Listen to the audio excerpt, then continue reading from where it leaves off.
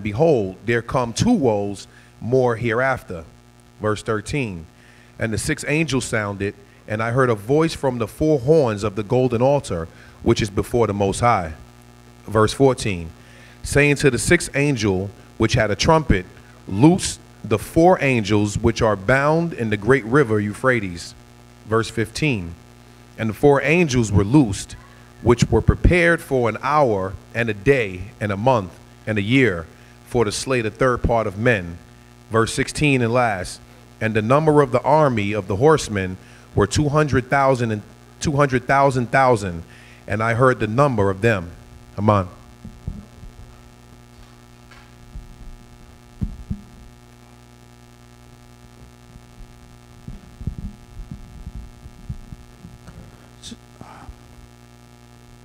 Shabbat Shalom. My name is Brother David, and this is the book of Revelation, chapter 9, verse 17. And thus I saw the horses in the vision, and them that sat on them, having. And thus I saw the horses in the vision, and them that sat on them, having breastplates of fire, and of Goccnyc, and brimstone, and the heads of the horses were as the heads of lions, and out of their mouths issued fire and smoke and brimstone. By these three was the third part of men killed by the fire, and by the smoke, and by the brimstone which issue out of their mouths. For their power is in their mouth and in their tails, for their tails were like unto serpents, and had heads, with them they do hurt. And the rest of the men which were not killed by these plagues, yet repented not of the works of their hands, that they should not worship devils, and idols of gold, and silver, and brass, and stone, and of wood, which neither can see, nor hear, nor walk. Verse 21. Neither repented they of their murders, nor of their sorceries, nor of their fornications, nor of their thefts. Revelation chapter 10, verse 1. And I saw another mighty angel come down from heaven, clothed with a cloud, and a rainbow was upon his head, and his face was as it were the sun, and his feet as pillars of fire. Verse 2. And he had in his hand a little book open, and he sat his right foot upon the sea, and his left foot on the earth. Amen.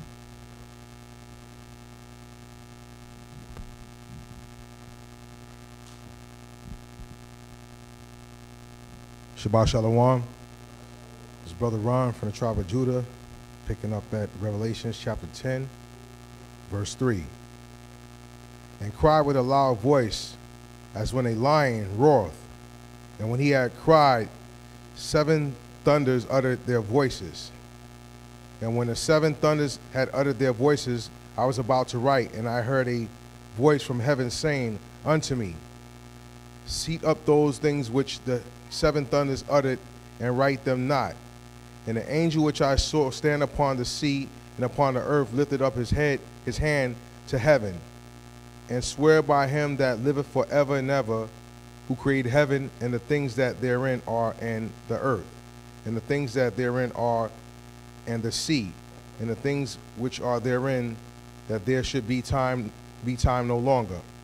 But in the days of the voice of the 7th angel, when he shall begin to sound, the mystery of the Most High should be finished, as he hath declared to his servants the prophets. And the voice which I heard from heaven spake unto me again, and said, Go and take the little book which is open in the hand of the angel which standeth upon the sea and upon the earth. And I went unto the angel and said unto him, Give me the little book. And he said unto me, Take it and eat it up, and I shall make thy belly bitter, but it shall be in thy mouth sweet as honey. And I took the little book out of the angel's hand and ate it up, and it was in my mouth sweet as honey. And as soon as I had eaten it, my belly was bitter. And he said unto me, Thou must prophesy again before many peoples and nations and tongues and kings. Come on.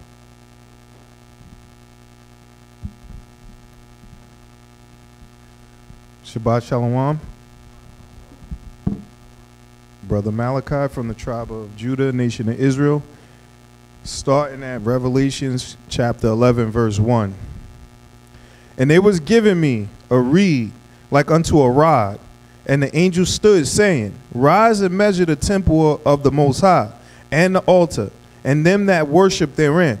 But the court which is without the temple leave out, and unto the Gentiles and the holy city shall they tread under foot 42 months. And I will give power unto my 2 witnesses, and they shall prophesy 1,260 days, clothed in sackcloth. These are the 2 olive trees and the 2 candlesticks standing before the Most High on the earth. And if any man will hurt them, fire proceedeth out of their mouth, and devoureth their enemies. And if any man will hurt them, he must in this manner be killed. These have power to shut up heaven, that it rain not in the days of their prophecy, and have power over waters, to turn them to blood, and to smite the earth with all plagues, as often as they will. And when they have, and when they shall have finished their testimony, the beast that ascendeth out of the bottomless pit shall make war against them, and shall overcome them and kill them. Amen.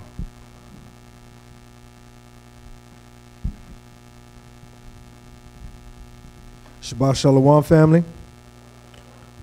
Praise be the Most High for this day of rest. We're in the book of Revelations, chapter 11. I'm going to start at verse 8.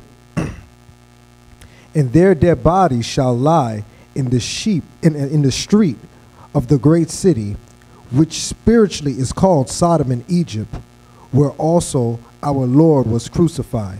Verse 9.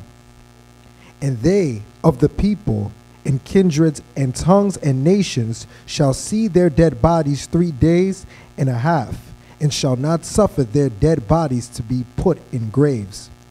And they that dwell upon the earth shall rejoice over them, and make merry, and shall send gifts one to another, because these 2 prophets tormented them that dwell on the earth. And after 3 days and a half, the spirit of life from the Most High entered into them, and they stood upon their feet, and great fear fell upon them which saw them. Verse 12. And they heard a great voice from heaven saying unto them, Come up hither. And they ascended up to heaven in a cloud, and their enemies beheld them. In the same hour was there a great earthquake, and the 10th part of the city fell. And in the earthquake were slain of men 7,000, and the remnant were affrighted, and gave glory to the Most High of heaven. Verse 14 and last. The second woe is past, and behold, the third woe cometh quickly. Amen.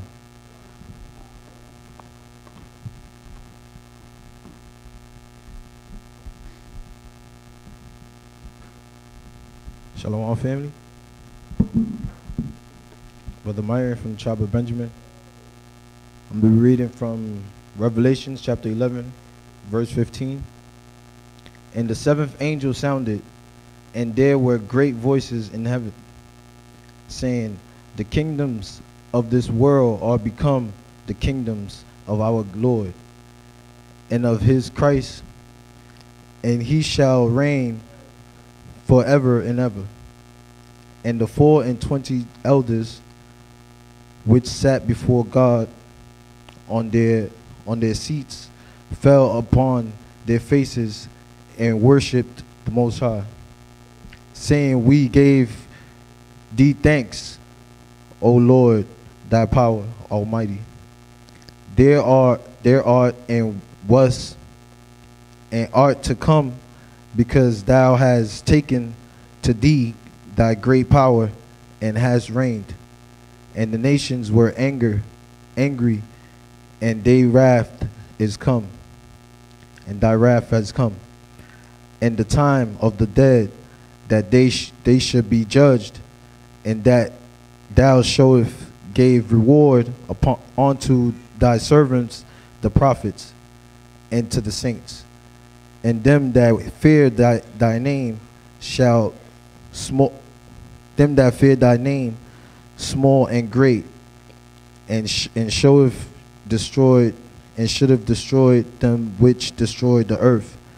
And the temple of the Most High was open in heaven, and there was seen in his temple the art of his testament, and there were lightnings and voices, the thunderings and an earthquake and great hail.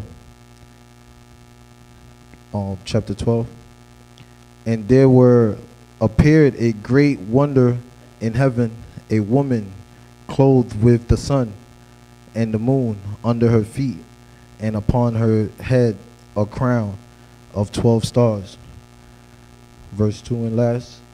And she being with child cried, travailing in birth and pained to be delivered. Amen.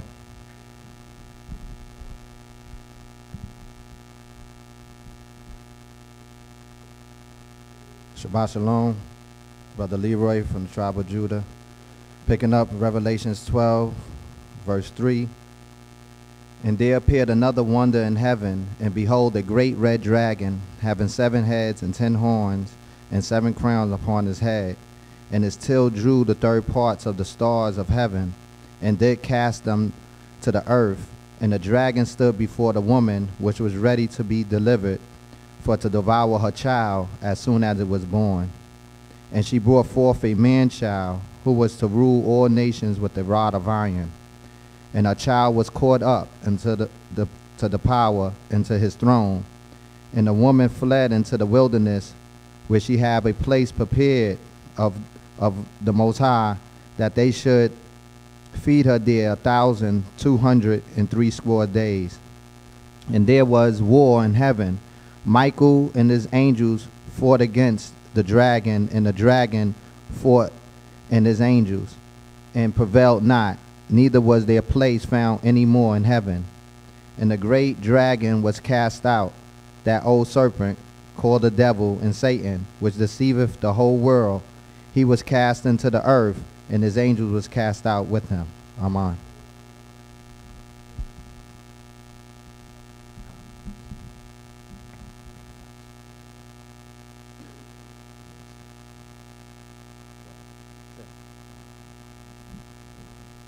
Shabbat Shalom, family.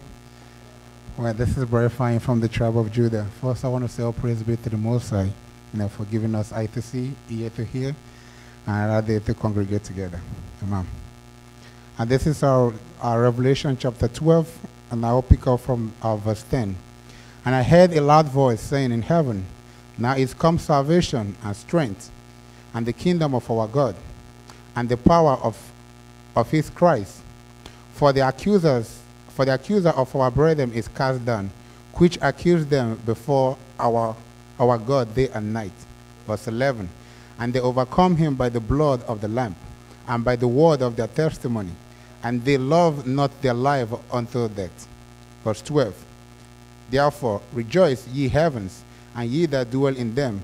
Woe to the inhabitants of the earth and of the sea, for the devil is come down unto you, having great wrath, because he knoweth that he had but a short time. Verse 13.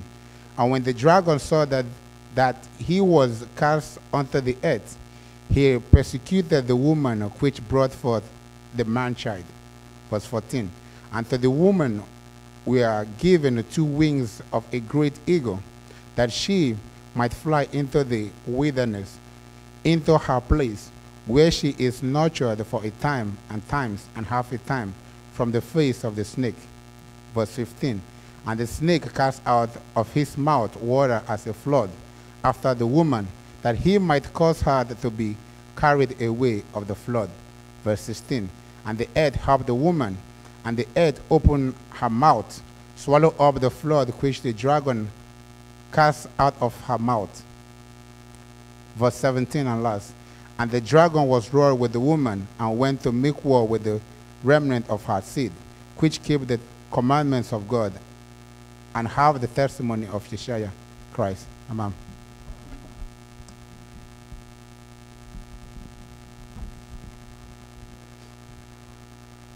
All right, the Water Brothers for the reading. All praise to the Most High. Let's give the Most High a round of applause once again. All praise to the Most High, and his name is Ahaya Ashar Ahaya, the highest name given to us. And through his son Yeshua that we are here today by grace. All praise to the Father. How's everybody feeling today? Everybody's all right? Yeah, y'all sound sick, man. Yeah. I hear it's going around. So, you know, but by the grace of the Father, we still here. We getting better. All praise to the Most High, right? They can't stop us. They can't stop us. They definitely can't stop us. All right, so what we're going to do, we're going to continue giving praise and honor to the Most High. We're going to have the choir come up. Let's get into the spirit on the Shabbat. So let's give it up for the G.O.C.C choir.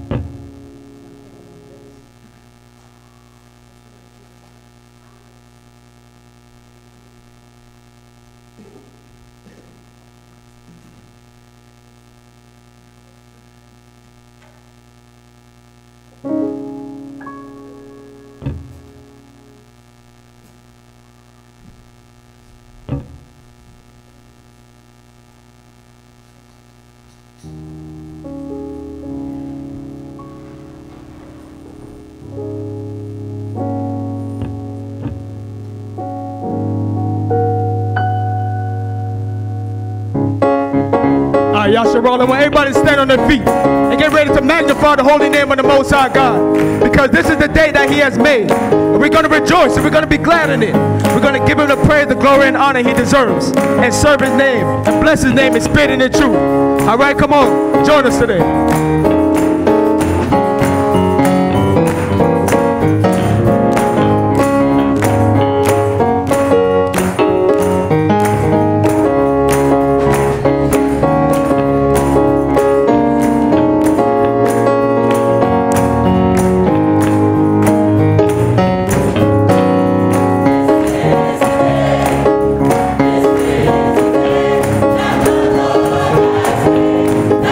Lord.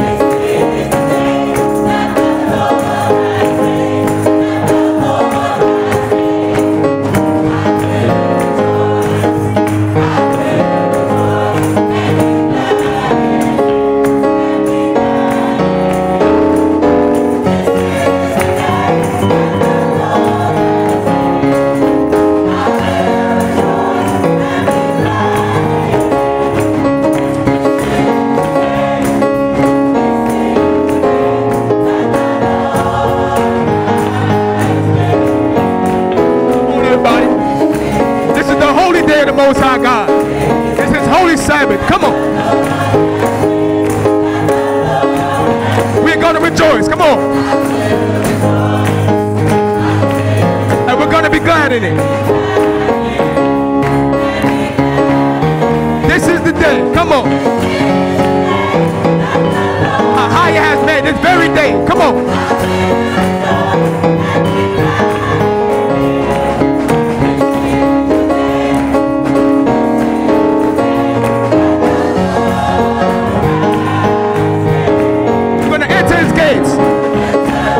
With thanksgiving in our hearts.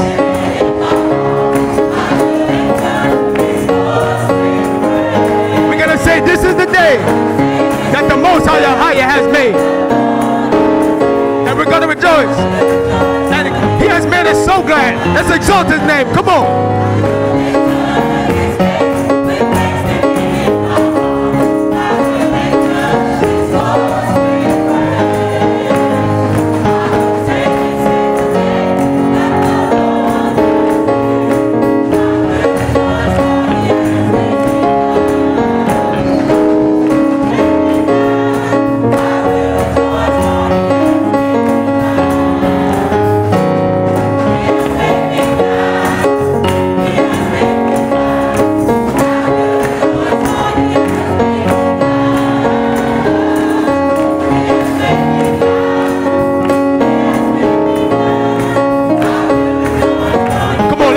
I know that this is the day that He has made.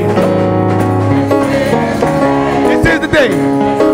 All the day that the Most High has made. He has sanctified the Sabbath as His holy day of rest. His holy day of glorification and sanctification. Let's continue to praise His name.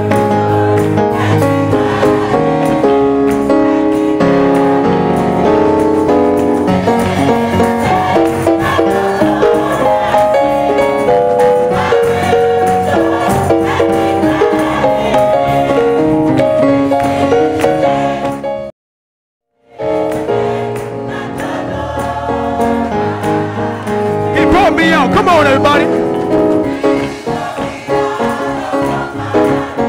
And you stand on feet on the holy rock to stay. Come on.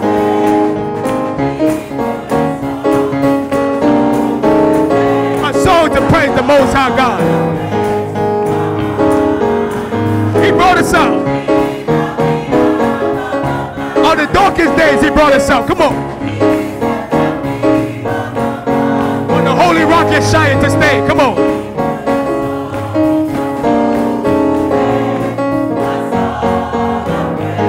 And let's join the cloud of glory as it starts moving. Come on.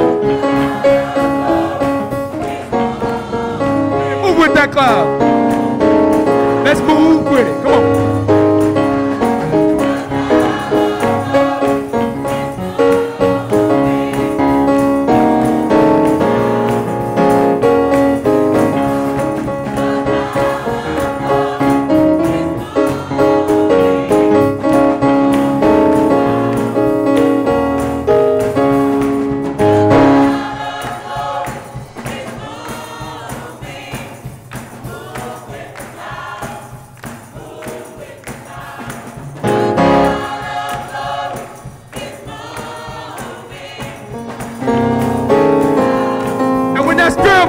Let that spirit rise. Come on, Yasharon, come on.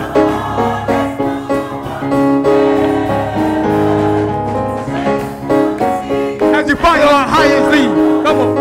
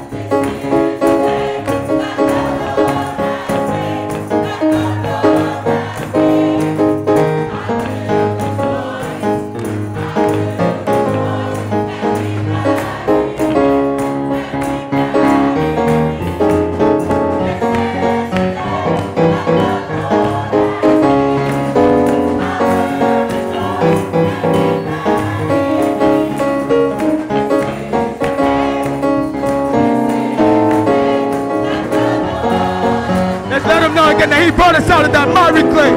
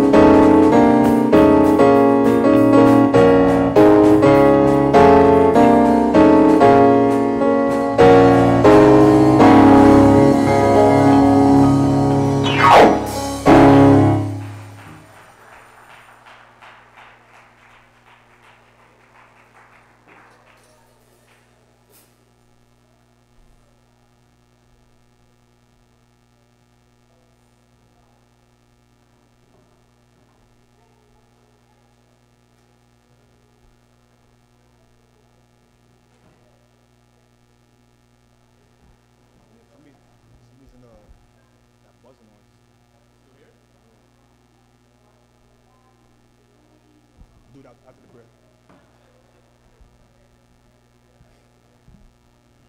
Let us all rise for the third hour prayer, please. Ninth hour prayer.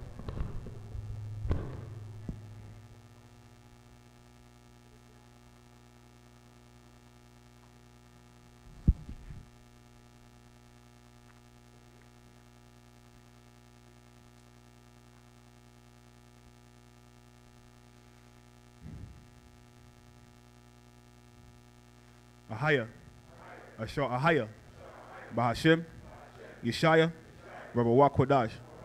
Ahaya, Ashar Ahaya, Bahashim, Yeshaya, Rawchaa Kodash.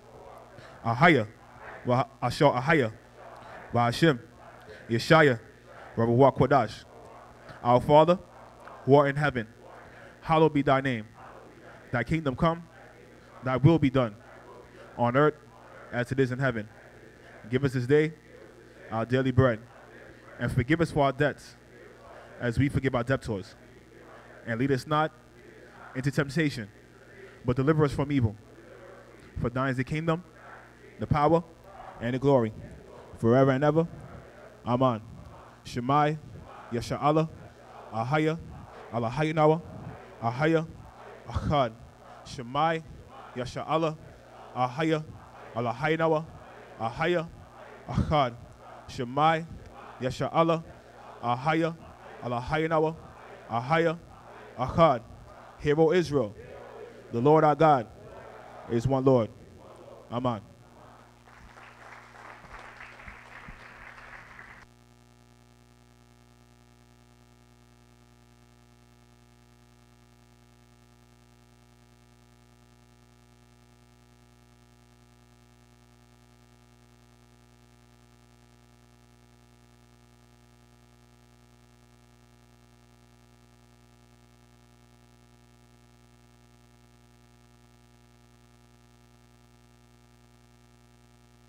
All the children that in Sister Cerie's class, please go up now. Water.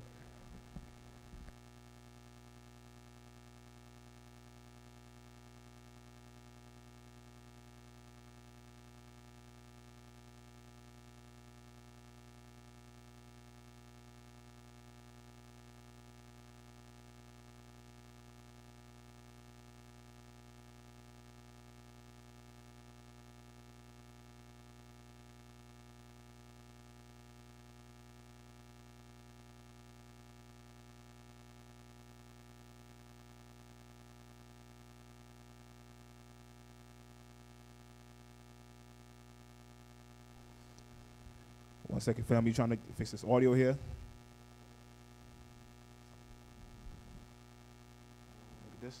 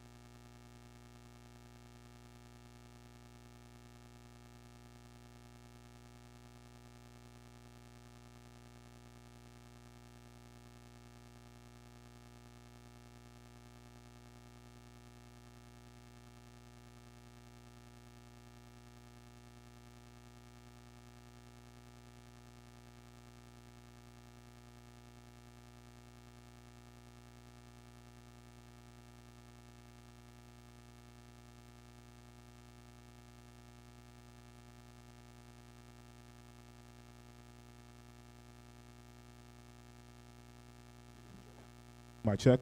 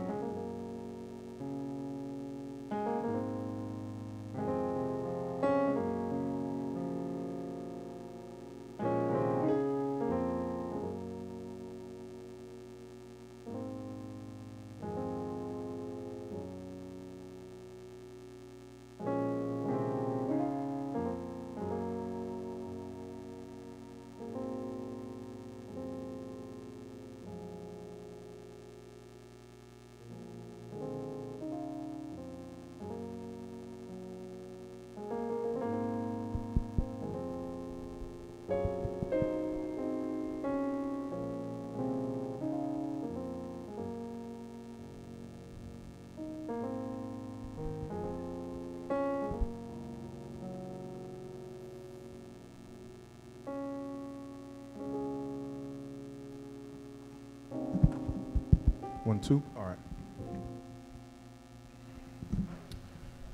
Sorry for the delay, brothers and sisters.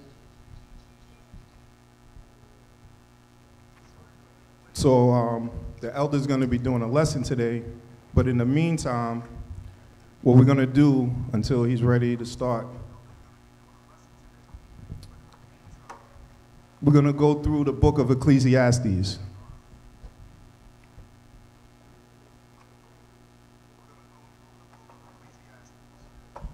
Just to give a backdrop, the book of Ecclesiastes was written by Solomon, one of the wisest men alive.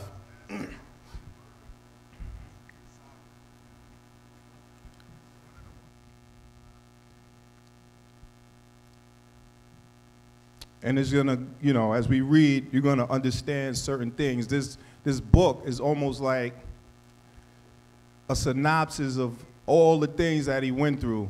And now he's going back over it and kind of bringing understanding of all the things he went through in his life, all the understanding that he acquired. So we're going to start at chapter 1, verse 1. Ecclesiastes chapter 1, verse 1. The words of the preacher, the son of David, king in Jerusalem. Vanity of vanities, saith the preacher. Vanity of vanities, all is vanity. Right, so he said, vanity of vanities, saith the preacher. Vanity of vanities, all is vanity. Yeah? What profit hath a man of all his labor which he taketh under the sun? So this is what he's talking about. He says, vanity of vanities, all things are vanity. What profit is it have a man of all his labor which he taketh under the sun? So he's asking a question now. Yeah? Verse 4. One generation passeth away, and another generation cometh, but the earth abideth forever. Right, so this is one of the reasons why he's come to this synopsis. Yeah, keep going. The sun also ariseth, and the sun goeth down, and hasteth to his place where he arose. Mm-hmm. The wind goeth toward the south, and turneth about unto the north. Mm-hmm. It whirleth about continually, and the wind returneth again according to his circuit. Right, so he says, the sun arise, and it go down. It hasteth right back to the place where it started at in the beginning. And he says, the wind go toward the south, turn around, and then come back to the north. It go continually around in a circle according to the circuit that it was ordained to run in. Keep going. All the rivers run into the sea, yet the sea is not full. Mm-hmm. Unto the place from whence the rivers come, thither they return again. So this is why he said, what profit is, he said, all of this is vanity. Vanity of vanity, all things are vanity. What profit hath a man of all his labor which he taketh under the sun? So what is he really saying? What is he really saying? He's saying, you know, for all the things that we fixate our mind on doing, it seems to be vain when you really think about it, because everything is continuously working. Everything is moving within a circuit. Everything is moving, right? He said, one generation pass away and another generation come, but the earth will be here, right? So that's why he said, vanity of vanity, all things are vanity. Because in our world, what we're doing is everything. But in reality, everything is just working out what it was ordained to be doing. Keep going. Verse 8. All things are full of labor. Man cannot utter it. The eye is not satisfied with seeing, nor the ear filled with hearing. Right? So all things are full of labor. And a man can't even understand that, right? He said the eyes are not satisfied with seeing, nor the ear filled with hearing. Go ahead. The thing that hath been, it is that which shall be. Mm-hmm. And that which is done, it is that which shall be done. Right, go ahead. There is no new thing under the sun. So this is why he's saying all these things are vanity, because there's no new thing under the sun. We fixating ourselves on doing something to achieve something, but there's no new thing under the sun, really, right? Go ahead. Verse 10. Is there anything whereof it may be said, see, this is new? Now he's asking another question. Go ahead. It hath been already of old time, which was before us. Go ahead. There is no remembrance of former things, neither shall there be any remembrance of things that are to come with those that shall come after. Come on. I, the preacher, was king over Israel in Jerusalem, and I gave my heart to seek and search out by wisdom concerning all things that are done under heaven. Go ahead. This sore travail hath the Most High given to the sons of men to be exercised therewith. Right. So he said, I gave my heart, my mind to seek and search out by wisdom concerning all things under the heavens. Right. And what he realized was this, which the Most High have given man to be exercised wherewith, right? Trying to figure things out, we exercising certain things out of us. Keep going. I have seen, verse 14, I have seen all the works that are done under the sun, and behold, all is vanity and vexation of spirit. Right? He said, I've seen all the works that we all be doing, fixating our minds on, and it's all vanity and vexation of spirit. Yeah? That which is crooked cannot be made straight. Right? The things that are crooked, they cannot be made straight. Go ahead. And that which is wanting cannot be numbered. Right? And the things that are wanted cannot be numbered. There's always going to be something that's desired. Right? Go ahead. I communed with mine own heart, saying, Lo, I am come to a great estate, and have gotten more wisdom than all they that have been before me in Jerusalem. Right? So he said, now he's having this counsel with his own mind, right? And he's thinking upon himself, you know what? I come to great estate, right? I have obtained a lot of wealth, right? And I've gotten more wisdom than all they that have been before me in Jerusalem. Yeah, my heart had great experience of wisdom and knowledge. Go ahead. Yea, my heart hath experience of wisdom and knowledge. Go ahead. And I gave my heart to know wisdom, and to know madness and folly. He said, check that out. He said, in his quest for understanding and knowledge, he said, I gave my heart to know wisdom and to know madness and folly. So he wanted to know the pros and cons of all things. Go ahead. I perceive that this also is vexation of spirit. He said this is also a vexation of spirit. But why? Go ahead. For in much wisdom is much grief, and in he that increaseth knowledge increaseth sorrow. He said, for in much wisdom is much grief, and he that increaseth knowledge increaseth sorrow. Think about that for a minute. Right? If you're seeking to have understanding on things, regardless if it's righteous or not, just to understand how it works, that's a vexation of spirit. And I'm going to break it down so we can kind of understand it, right? I'll put it in the terms of doing drugs, right? A lot of times people use drugs to find out what it's about. But once you do it, now that knowledge is there. And it becomes a vexation of your spirit because it's something you shouldn't have never known in the first place, right?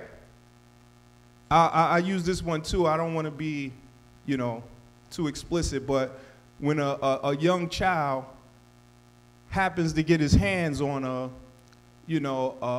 adult magazine and he sees the pictures, right? That's knowledge he should not have. But now that he has it, now is a vexation of spirit because he's fighting against something that he shouldn't have never known in the first place. You follow now? So he came to this understanding. You know what? Sometimes we don't have to know everything. Sometimes we can put a snare in, we can put our foot into a snare just by wanting to know everything. And this is what Solomon came to understand through his journey. Go ahead. Chapter 2, verse 1. I said in my heart, go to now, I will prove thee with mirth, therefore enjoy pleasure. Right, so he continued. He continued in his thing, right? You know what? I'm going to find out what pleasures are about. I'm going to seek to find out what pleasures are about, right? Just fix myself to do things that will please me. Go ahead. And behold, this also is vanity. This is vanity too. Why? Because pleasures come and go. And they amount to nothing when you really think about it, right? It's just a vanity of vanity, all things are vanity, right? Why am I fixating myself into this labor when the whole world is continuously moving, right? What is he trying to say with all of this? There's something bigger. Go ahead. I said of laughter, it is mad. Right? So he thought about laughter. And I can imagine, like, you know, just trying to make folly or laughter of everything, right? And he found out that's not going to do it. Go ahead. And of mirth, what doth it? What doeth it? Right? Of mirth, what do that? What's that going to do? Go ahead. I sought in my heart to give myself unto wine, yet acquainting mine heart with wisdom, and to lay hold on folly, till I might see what was that good for the sons of men, which they should do under the heaven all the days of their life. Right? So he said he sought through wisdom, right, to grab hold on what wine can do, right? Because he want to really know, you know, what would be the things that would be right for man to do all his life, right? Yeah? I made me great works. I builded me houses. I planted me vineyards. I made me gardens and orchards. And I planted trees in them of all kinds of fruit. Come on. I made me pools of water to water therewith the wood that bringeth forth trees. Come on. I got me servants and maidens, and had servants born in my house. Also I had great possessions of great and small cattle above all that were in Jerusalem before me. Come on. So he said, basically said, there's nothing that I have not experienced. I got wealth. I have wisdom, right? I've built things. You know, I have all this land. I have all the things that I could possibly want. Go ahead. I gather me also silver and gold, and the peculiar treasure of kings and of provinces. I gat me men singers and women singers, and the delights of sons of men, as musical instruments and that of all sorts. Right. So he had you know, he had everything at the disposal of his hands. Yeah. Verse 9. So I was great and increased more than all that were before me in Jerusalem. Also my wisdom remained with me. Right. So he had all of this wealth, all of these things, and his wisdom still remained with him, right, during his journeys. We all know that Solomon was the wisest man on the earth. Yeah. And whatsoever mine eyes desired, I kept not from them. Right. Whatever his eyes desired, he kept not that away. Right. Yeah. I withheld not my heart from any joy, for my heart rejoiced in all my labor, and this was my portion of all my labor. Come on. Then I looked on all the works that my hands had wrought, and on the labor that I had labored to do. And behold, all was vanity and vexation of spirit, and there was no profit under the sun. He said, when he really thought back in retrospect of all of these great things that he done, is all vanity and vexation of spirit. Go ahead. Verse 12. And I turned myself to behold wisdom and madness and folly. For what can the man do that cometh after the king? Even that which hath been already done. Right. So he said, he thought about it. He said, I'm not doing anything different than any other king. What other king don't have wealth and have people at his fingertips to do everything? Right? I have knowledge and wisdom of everything, but I'm not doing anything different than any other king. That's comes along with being a king. Yeah? Verse 13. Then I saw that wisdom excelleth folly, as far as light excelleth darkness. Right? So this is the part that he saw in there, right? That wisdom will always excel folly, as far as light excels darkness. Go ahead. The wise man's eyes are in his head, but the fool walketh in darkness. And I myself perceiveth also that one event happeneth to them all. Right? He said the wise man's eyes are in his head, right? He's thinking all the time up here. But the fool walketh in darkness, right? He's not really paying attention to what he's doing. But he said there's something that happens to all of them. Go ahead. Verse 15. Then said I in my heart, as it happeneth to the fool, so it happeneth even to me. And why was I then more wise? Then I said in my heart that this also is vanity. Right, because there's something that happens to all of us, fool and wise alike. Get it? Verse 16. For there is no remembrance of the wise more than the fool forever, seeing that which now is in the days to come shall all be forgotten. Go ahead, keep going. And how dieth the wise man? As the fool. The wise man and the fool die the same way. And the wise man is not going to be more renowned than the fool. I'll give you an example. Solomon, right? Pretty much most people know who Solomon is, right? But don't they know just as much about Alexander the Greek, Herod, Nimrod? These are all fools, right? Some would say they know more about Alexander than even Solomon, right? This is where he came to the conclusion as he's just going through these progressions. Keep going. Therefore I hated life, because the work that it wrought under the sun is grievous unto me. For all is vanity and vexation of spirit. Come on. Yea, I hated all my labor which I had taken under the sun, because I should leave it unto the man that shall be after me. Come on. And who knoweth whether he shall be a wise man or a fool? Think about that for a moment. He said he didn't want to leave. He's going to end up leaving everything that he's acquired to somebody after him. And he does not know if that person will be a fool or a wise man. Now think about that for a minute. Solomon's son, right? He had an opportunity to bring the kingdom back together in solidarity, right? The kingdom was split. He had an opportunity, right?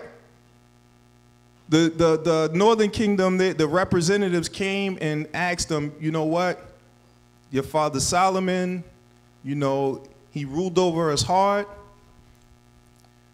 And you know what? If you give us some leniency, we'll vow ourselves to you forever.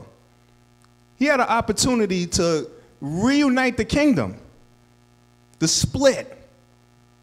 Think about that. And he turned it down. He turned down the opportunity to reunite a family. Solomon was thinking about these things way ahead of them happening. Keep going. Yet shall he have rule over all my labor wherein I have labored. See, and he said, but this fool, it may be a fool that gets everything. I don't have no control over this. I did all of this work and put all of this together in righteousness. And the person that comes right behind me could just take it and wash it all away.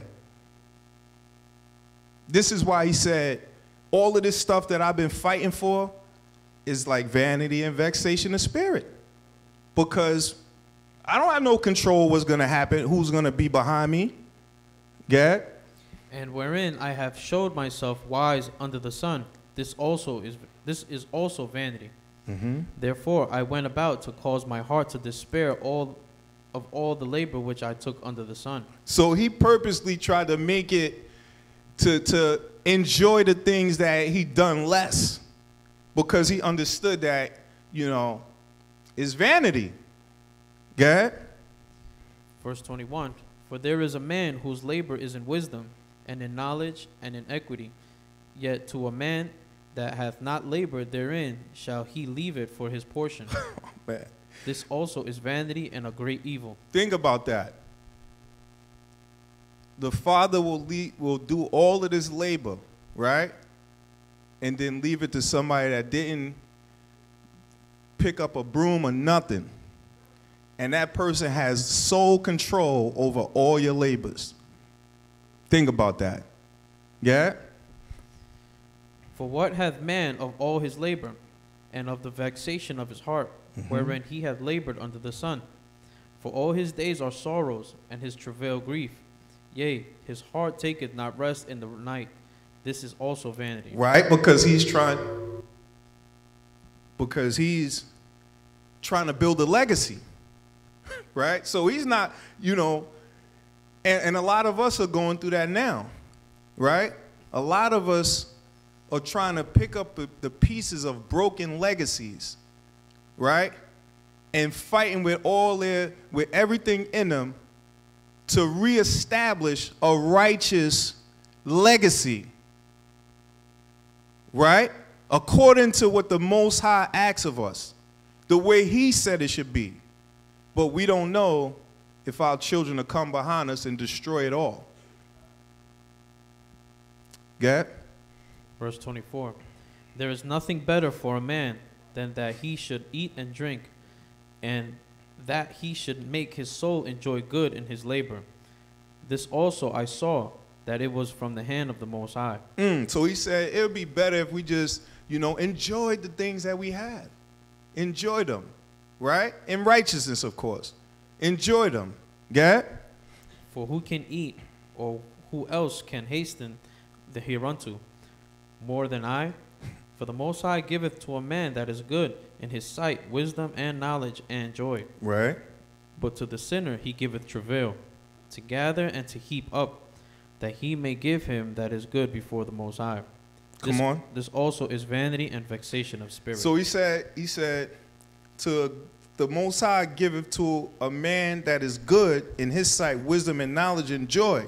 But to the sinner he giveth travail, to gather up and heap up, that which he give, that he may give him that is good before the Most High. So he's saying that basically, you know, the righteous man, the Most High will give him wisdom, understanding, right, and knowledge. But the wicked man, he'll allow him to build this big empire just to give it to the righteous man. Just to give it to the righteous man, right? And just to go a different route with this, this is why we shouldn't be envious of anybody that's operating wickedly and they seem to be skipping by. Why? Because we don't know. The Most High may be lining them up to give that to you.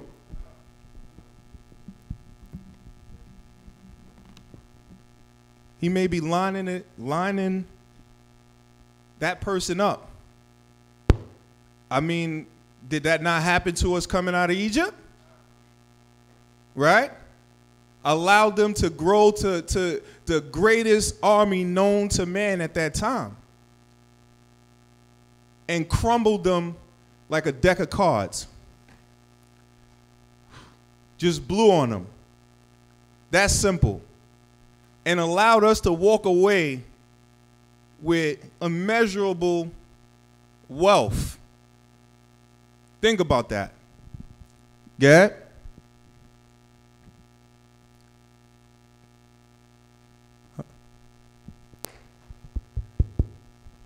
Chapter 3, verse 1. To everything there is a season, and a time to every purpose under the heaven. Mm-hmm. A time to be born, and a time to die. A time to plant, and a time to pluck up that which is planted. Mm-hmm. A time to kill, and a time to heal. A time to break down, and a time to build up. A time to weep, and a time to laugh. A time to mourn, and a time to dance. A time to cast away stones, and a time to gather stones together. A time to embrace, and a time to refrain from embracing. Mm-hmm. A time to get, and a time to lose. A time to keep, and a time to cast away. Come on. A time to rend, a time to sow, and a time to sow. And a time to keep silence, and a time to speak. A time to love, and a time to hate. A time of war, and a time of peace. You know, we always use this for, you know, in street preaching or whatever. This is a nice precept to use just to let people know that, you know, all things won't just continue on forever. There's a time for everything. This is a good precept for that. Keep going. Verse 9. What profit hath he that worketh in that wherein he laboreth? Come on. I have seen the travail which the Most High hath given to the sons of men to be exercised in it. Mm-hmm. He hath made everything beautiful in his time. Mm-hmm. Also he hath set the world in their heart, so that no man can find out the work that the Most High maketh from the beginning to the end. Think about it. He said he made everything beautiful in the world, right? All the things we see and our minds get fixated and wrapped around. He made all of these things beautiful, right? So that a man can marvel at those things and never really, you know, understand the true mechanics of the things that the Most High made. Never understand the true mechanics. Why? Because we wrapped up in the things that are just shown to us. Right? And he says all of these things are meant for us to be exercised through. Yeah? I know that there is no good in them, but for a man to rejoice and to do good in his life. Right? So he said, well, for all of those things, right, all of the beautiful things and all of this stuff, there's no good in none of it. But that we would, right, in the works of doing it, right? There's no good in working to aspiring for these things, right? Outside of righteousness, right? But it's better if we just read that last piece again. Verse 12. 12. I know that there is no good in them, but for a man to rejoice and to do good in his life. Is better that we do good in our life. Go ahead. And also that every man should eat and drink and enjoy the good of all his labor. It is the gift of the Most High. Because that is the gift of the Most High.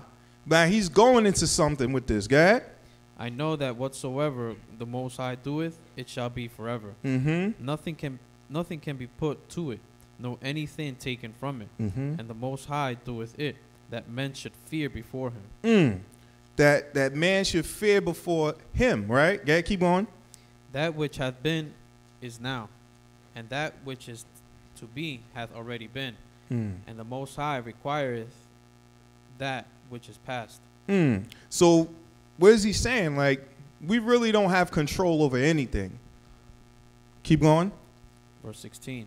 And moreover, I saw under the sun the place of judgment, that wickedness was there, and the place of righteousness, that iniquity was there. Come on. I said in mine heart, the Most High shall judge the righteous and the wicked, for there is a time there for every purpose and for every work. Now just think about, Solomon is going through, I mean, this book is phenomenal. It's like he's just having this conversation within himself and just going back after all this time. You could tell like he's an older man now, right? And he's just going back and just thinking of things, just reflecting. Keep going. Verse 18. I said in mine heart concerning the estate of the sons of men, that the Most High might manifest them, and that they might see that they themselves are beasts. Come on. For that which befalleth the sons of men befalleth beasts, and everything befalleth them. Come on. As the one dieth, so dieth the other. Yea, they have all one breath, so that a man hath no premises above a beast. Right. All is vanity. So no.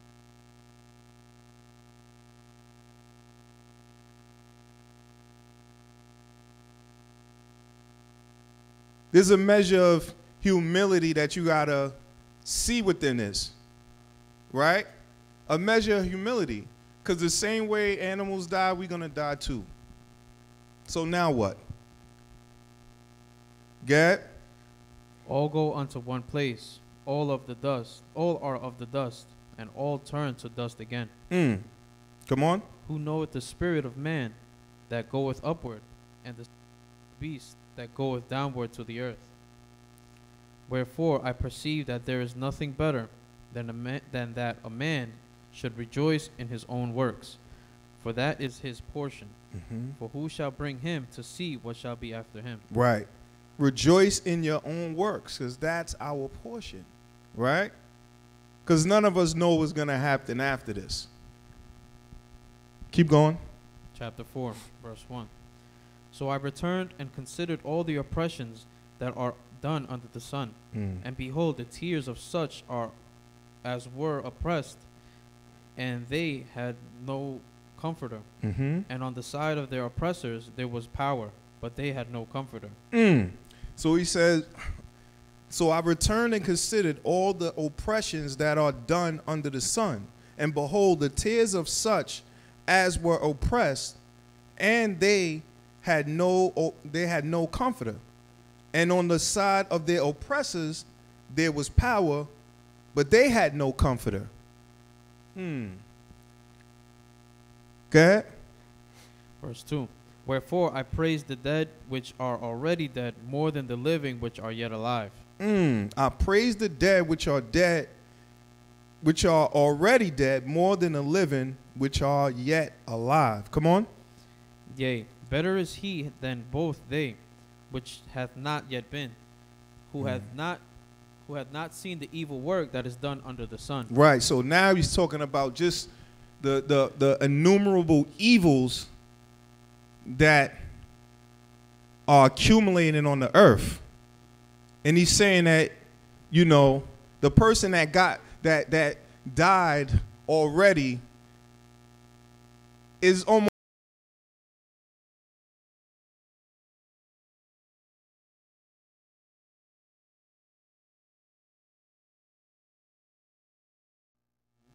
Come on. Verse 4. Again, I considered all travail and every work and every right work, that for this a man is envied of his neighbor. This is also vanity and vexation of spirit. He said, I consider all travail work. That is for a man, this is a man envied of his neighbor. This is also vanity and vexation of spirits. God, you. The fool fold. Last precept. God. The fool foldeth his.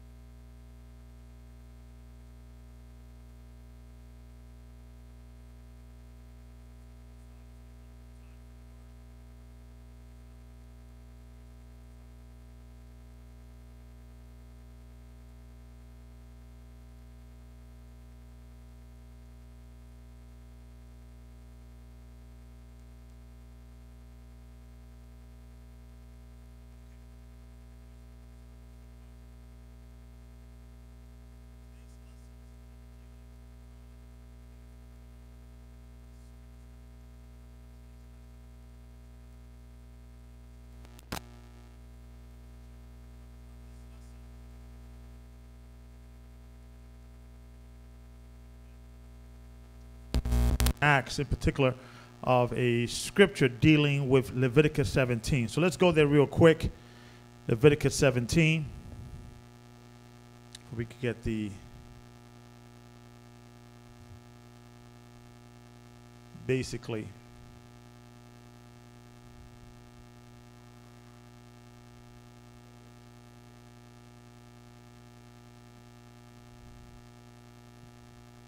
okay, so let's start at verse number 2. Okay. Leviticus 17 and 2. Speak unto Aaron and unto his sons and unto all the children of Israel, and say unto them, This is the thing which the Lord hath commanded, saying, What man soever there be of the house of Israel that killeth an ox or a lamb or goat in the camp, or that killeth it out of the camp, to offer an offering unto the Lord before the tabernacle of the Lord, blood shall be imputed unto that man. So the question that the brother asks is, eat meat because if there's a law that if you kill an animal, you must present it before the Most High. So the temple is not erected, so therefore can we eat meat because we'll be breaking this law every day. You know, and he went into, is it by grace? You know, what will be the explanation? Somebody will say, look, you eating meat, and according to the Most High, if you kill anything, you're supposed to first present to the Most High, right? So that kind of led me into today's lessons and things of that nature. So I went into, you know, the understanding, but it, you know, it kind of led me to a much greater spiritual understanding regards of this, right? So this is why your meal was always associated with your daily sacrifice, because when you used to kill anything and so forth, so on, it was a commandment you present to the Lord. Now, it's what, okay, it's not all. First, let me correct the statement or what I just said previous. That's a misunderstanding of the scripture. So I'm going to give you first the understanding. It was not talking about every animal. It was talking about the firstling. What comes out first gotta be before the Most High, right? So technically, if you are a farmer and you have cows or sheep and goat, and then the first male goat baby child that comes out, the first cow baby male, supposed to be not worked. You're not supposed to work it. You're not supposed to be part of the herd. It's supposed to be set apart. Okay, so let's go into the understanding. Let's go to Exodus 13. And I got a bunch of scriptures to kind of set the stages so you guys go understand where I'm coming from and where I'm going. Because everything is the letter and then the spirit of the law, right? So what is the spirit of this law? So let's go into the scriptures, right? So let's go to Leviticus 13, and let's start at verse 12. Exodus, excuse me. Exodus 13 and 12. Exodus 13 and 12. That thou shalt set apart unto the Lord all that openeth the matrix, and every firstling that cometh of a beast which that thou hast, the males shall be the Lord's. So everything that you come up, everything that is first belongs to the Most High. Everything that you do belongs to the Most High, right? Now, from the perspective that he was talking about here, was talking about farmers. We were farmers by trade, okay? Everything that we ate, everything that we wear, everything that we, home that we produce, everything was we did it ourselves.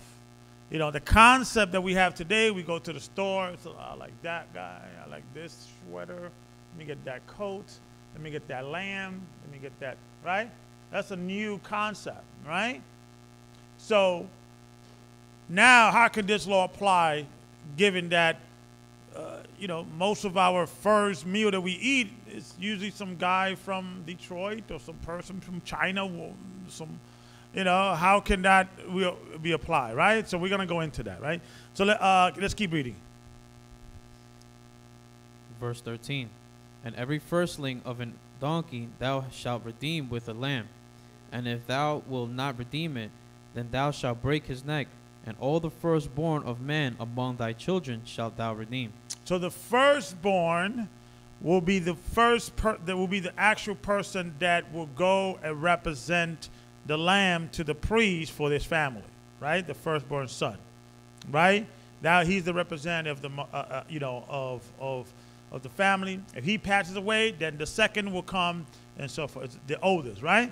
Okay, so let's continue reading. 14. And it shall be when thy son asketh thee in time to come, saying, What is this? That thou shalt say unto him, By strength of the hand of the Lord brought us out from Egypt, from the house of bondage. And it came to pass, when Pharaoh would hardly let us go, that the Lord slew all the firstborn in the land of Egypt, both the firstborn of man and the firstborn of beast. Therefore I sacrifice to the Lord all that openeth the matrix, being males.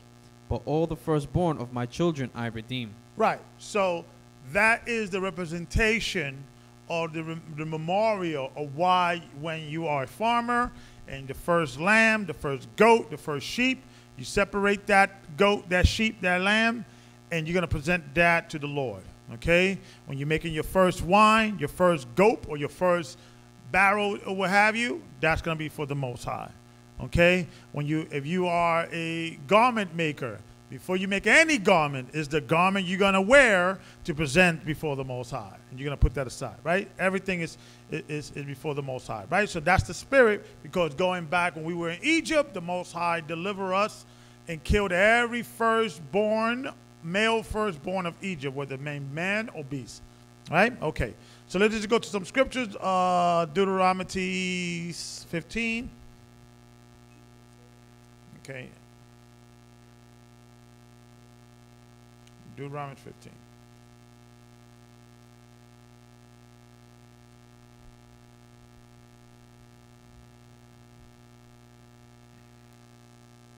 And we're going to go back to that in the kingdom, right? But how can we keep this law now?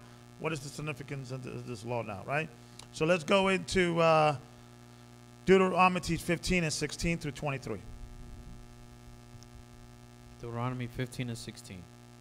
And it shall be, if he say unto thee, I will not go away from thee, because he loveth thee and thine house, because he is well with thee, then thou shalt take an awl and thrust it through his ear unto the door. Salakim, start at 19. I meant 19. That was a typo. Okay. All the firstling males that come to thy herd and of thy flock thou shalt sanctify unto the Lord thy power. Thou shalt do no work with the firstling of thy bullock, nor shear the firstling of thy sheep. Thou shalt eat it before the Lord thy power, year by year, in the place which the Lord shall choose. Right. So, keep reading. Thou and thy household. And if there be any blemish therein, as if it be lame, or blind, or have any ill blemish, thou shalt not sacrifice it unto the Lord thy power. So if your firstborn is born lamed, crippled, or what have you, defected, the sheep, your lamb, your goat, it is disqualified. You cannot sacrifice it. You got to wait for the second one, right? Okay. All right. So keep reading. Verse 22. Thou shalt eat it within thy gates.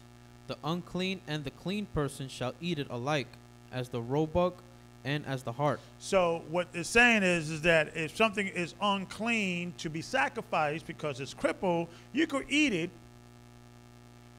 among your gates, but you cannot eat it in the presence of the Lord.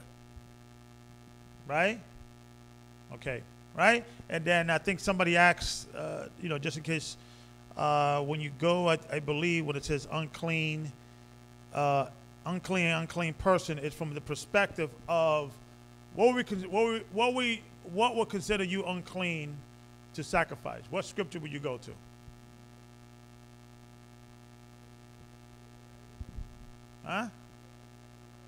Leviticus 11.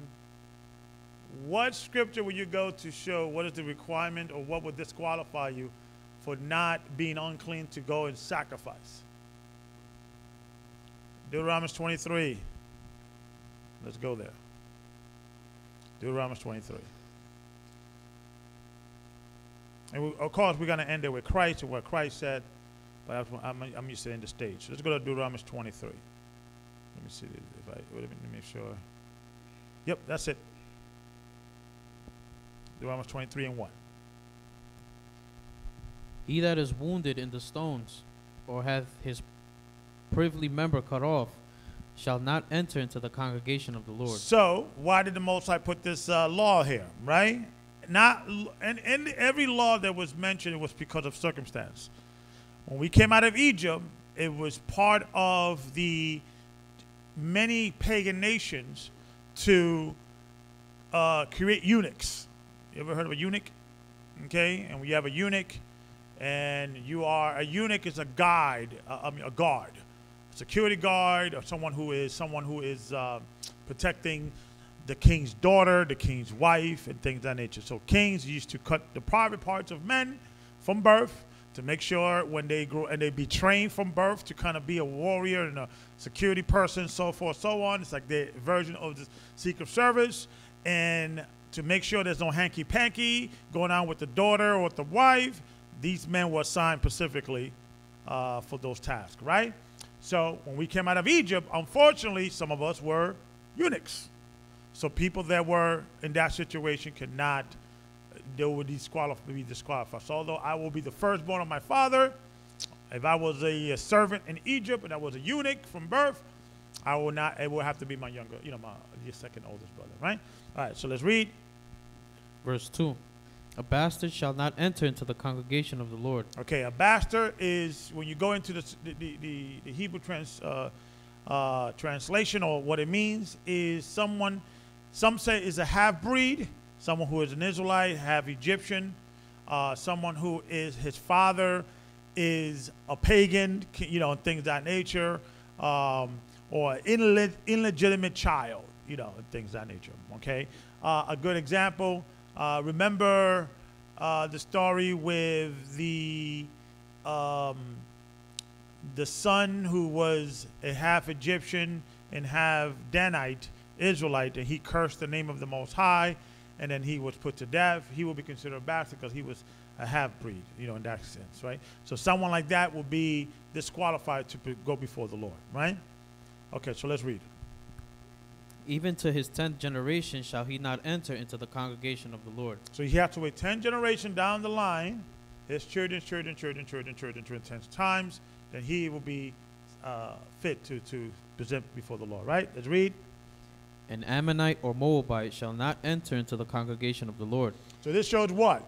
That Gentiles could come before, because there was a section within the different tribes allotted to Gentiles. So if a Gentile wants to present, he has to follow the same rule. But if that Gentile is a Moabite or Ammonite, he cannot come before the Lord. That family have to wait 10 generations later to present before the Lord, right? And the reason why, it explains. Read. Even to their 10th generation shall they not enter into the congregation of the Lord forever.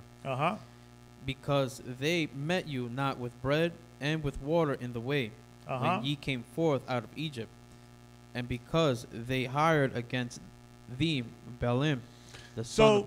See, when you look at the pattern of the Most High, right, he tells you that you cannot punish the sons or daughters for the crimes of their parents, right? That's a law, right? But that doesn't apply to him.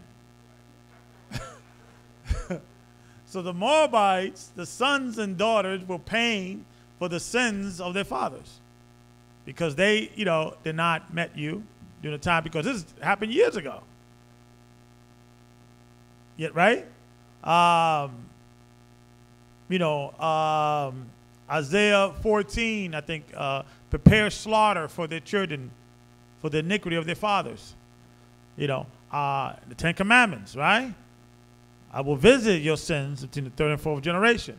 So he's beyond the law. He can do whatever. He's sovereign. He's all, do what I say, not do what I do, right? All right, so let's read. Middle of verse 4. And because they hired against the Balaam, the son of Beor of Pethor of Mesopotamia, to curse thee. But there is a scripture, I believe, in Ezekiel that says that no more would a man be punished for the sins of his father. I think, but every man will be judged for his acts. I think it's Isaiah. I can't think of it. Say again? Ezekiel 18. Make sure you got it. Let's read it real quick. But let's continue reading. Verse 5. Nevertheless, the Lord thy power would not hearken unto Balaam, but the Lord thy power turned the curse into the blessing unto thee, because the Lord thy power loved thee. Thou shalt not seek their peace nor their prosperity all the days forever. Thou shalt not abhor an Edomite, for he is thy brother. Thou shalt not abhor an Egyptian. And the reason why it says Edomite specifically, because I'm doing research, and what's the guy? Balaam. That's the guy that Balak went to, the priest, right? He went to Balaam. He was an Edomite. So there's evidence that he was an Edomite. But he was a high there's debate about him, but he clearly, you got scripture that says he talked to the Most High. He had a high connection between the Most High, or he was a warlock. So I'm still doing research and things of that nature. But clearly, the Most High intervened and said, no, you cannot curse these people. You have to bless them. And he was bound by that and things of that nature. And he said, whatever the Lord tells me to do, I'll do. So I'm still doing research, but there's evidence that he was an Edomite. So that's why Edom came next. Now, you may see in the Masoretic text in the Strong's, if you click on the word Edom there, you have Iram. Doesn't have Adam. You never come across that. Most scholars will say that that's a typo by the Masoretic text because Iram and Adam is the same identical word except one letter, which is Da or Ra, which looks identical in the modern Hebrew, the Assyrian Hebrew. When you go into the Septuagint, when you go into the, I don't believe the Dead Sea Scroll, this portion survived, but in other lineage of the scriptures, it has Adam, Edom. So most scholars said this is a grammatical error from the Masoretes, not the, that's why the King James translated as Edom, because they knew it was a typo. You guys understand that? Okay. All right. So keep reading. Thou shalt not abhor an Egyptian because thou wast a stranger in his land. Verse 8. So keep reading. The children that are begotten of them shall enter into the congregation of the Lord in their third generation. Right. So we could clearly see that we will have a great disdain towards Egyptian because we just came out of captivity. Right?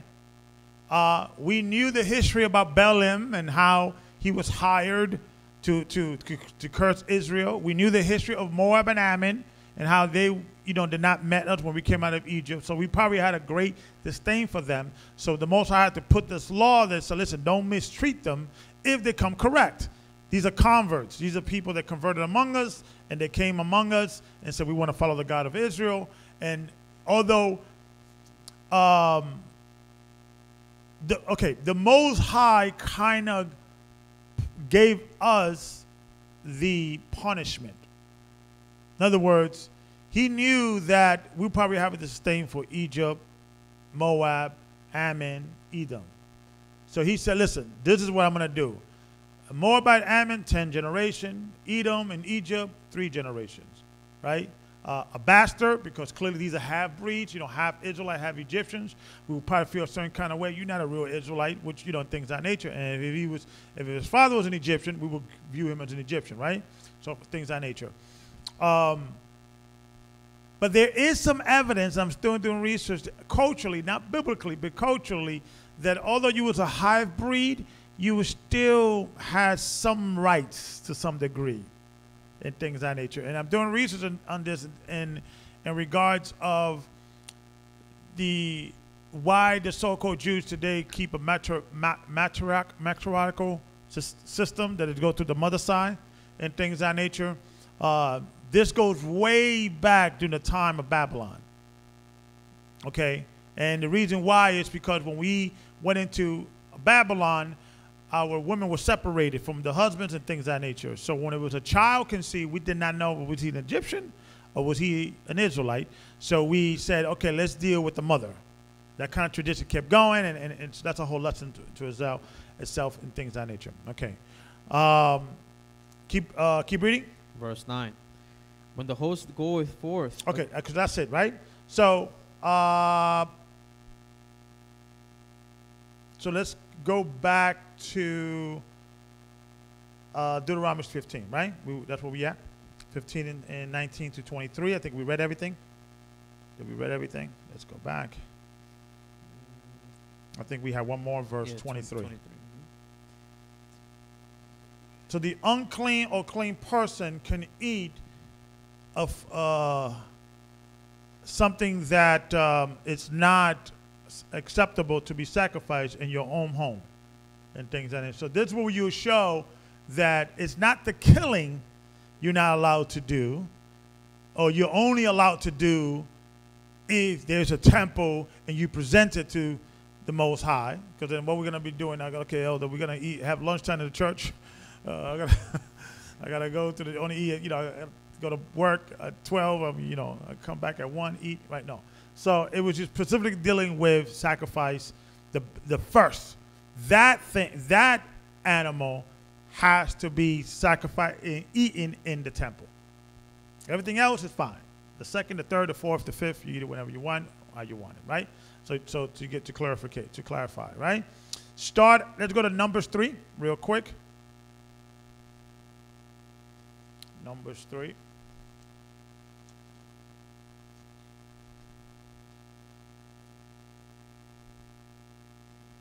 Numbers 3.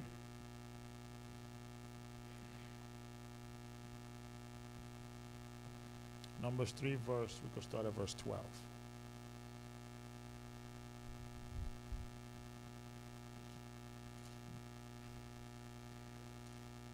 Numbers 3 and 12. And I behold, I have taken the Levites from among the children of Israel instead of all the firstborn that openeth the matrix among the children of Israel. Therefore the Levites shall be mine. Because all the firstborn are mine. For on the day that I smote all the firstborn in the land of Egypt, I hallowed unto myself all the firstborn in Israel, both man and beast. Mine shall they be, I am the Lord. So the Levite are a representation of the firstborn. So I took the Levite as the firstborn unto me, as, it's a representation of the firstborn. So most judges, or all the judges, were who? The firstborn, right? Because you got the judges are under the Levites. The Levites are the Supreme Court, and the judges are the minor court, right? But most of the people that are judges, most of the people that are the one presenting the sacrifice, these will be the same, the judges, representing their family and things, or a judge in training and things of that nature. You haven't.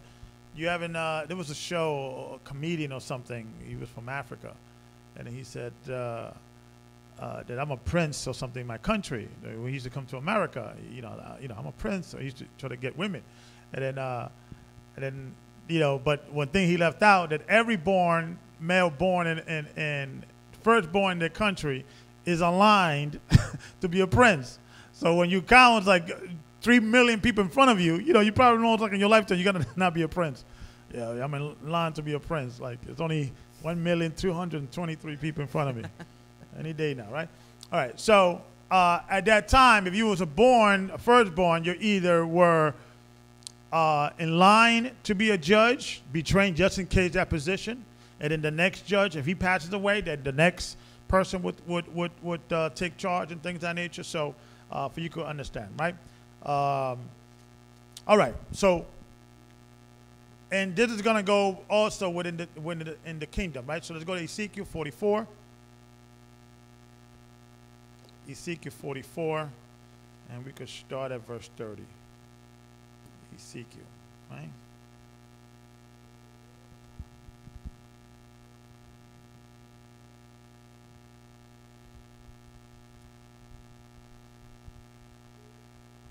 Ezekiel 44.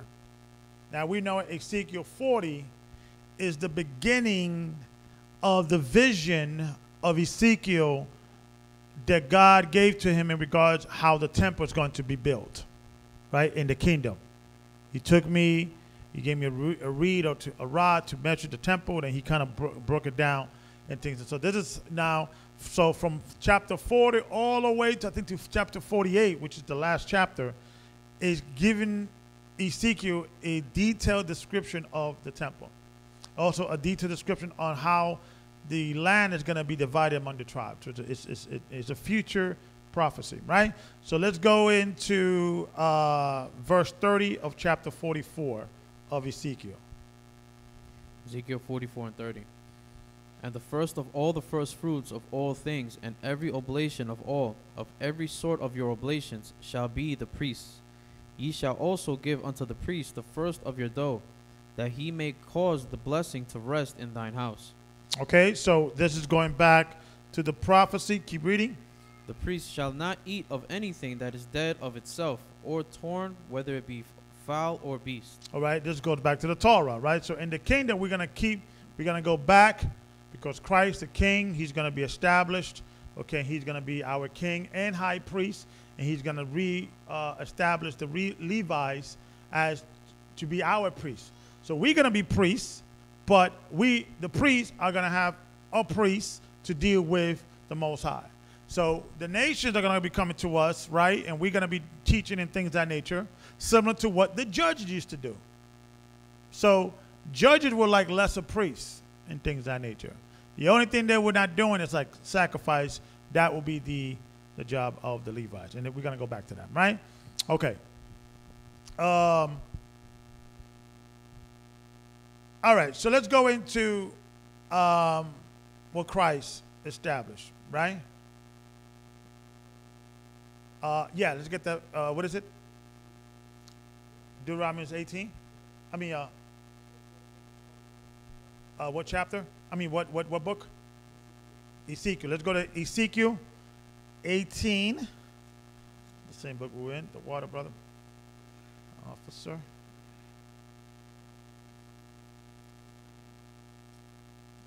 And we can start where? I just want to go in the meat of the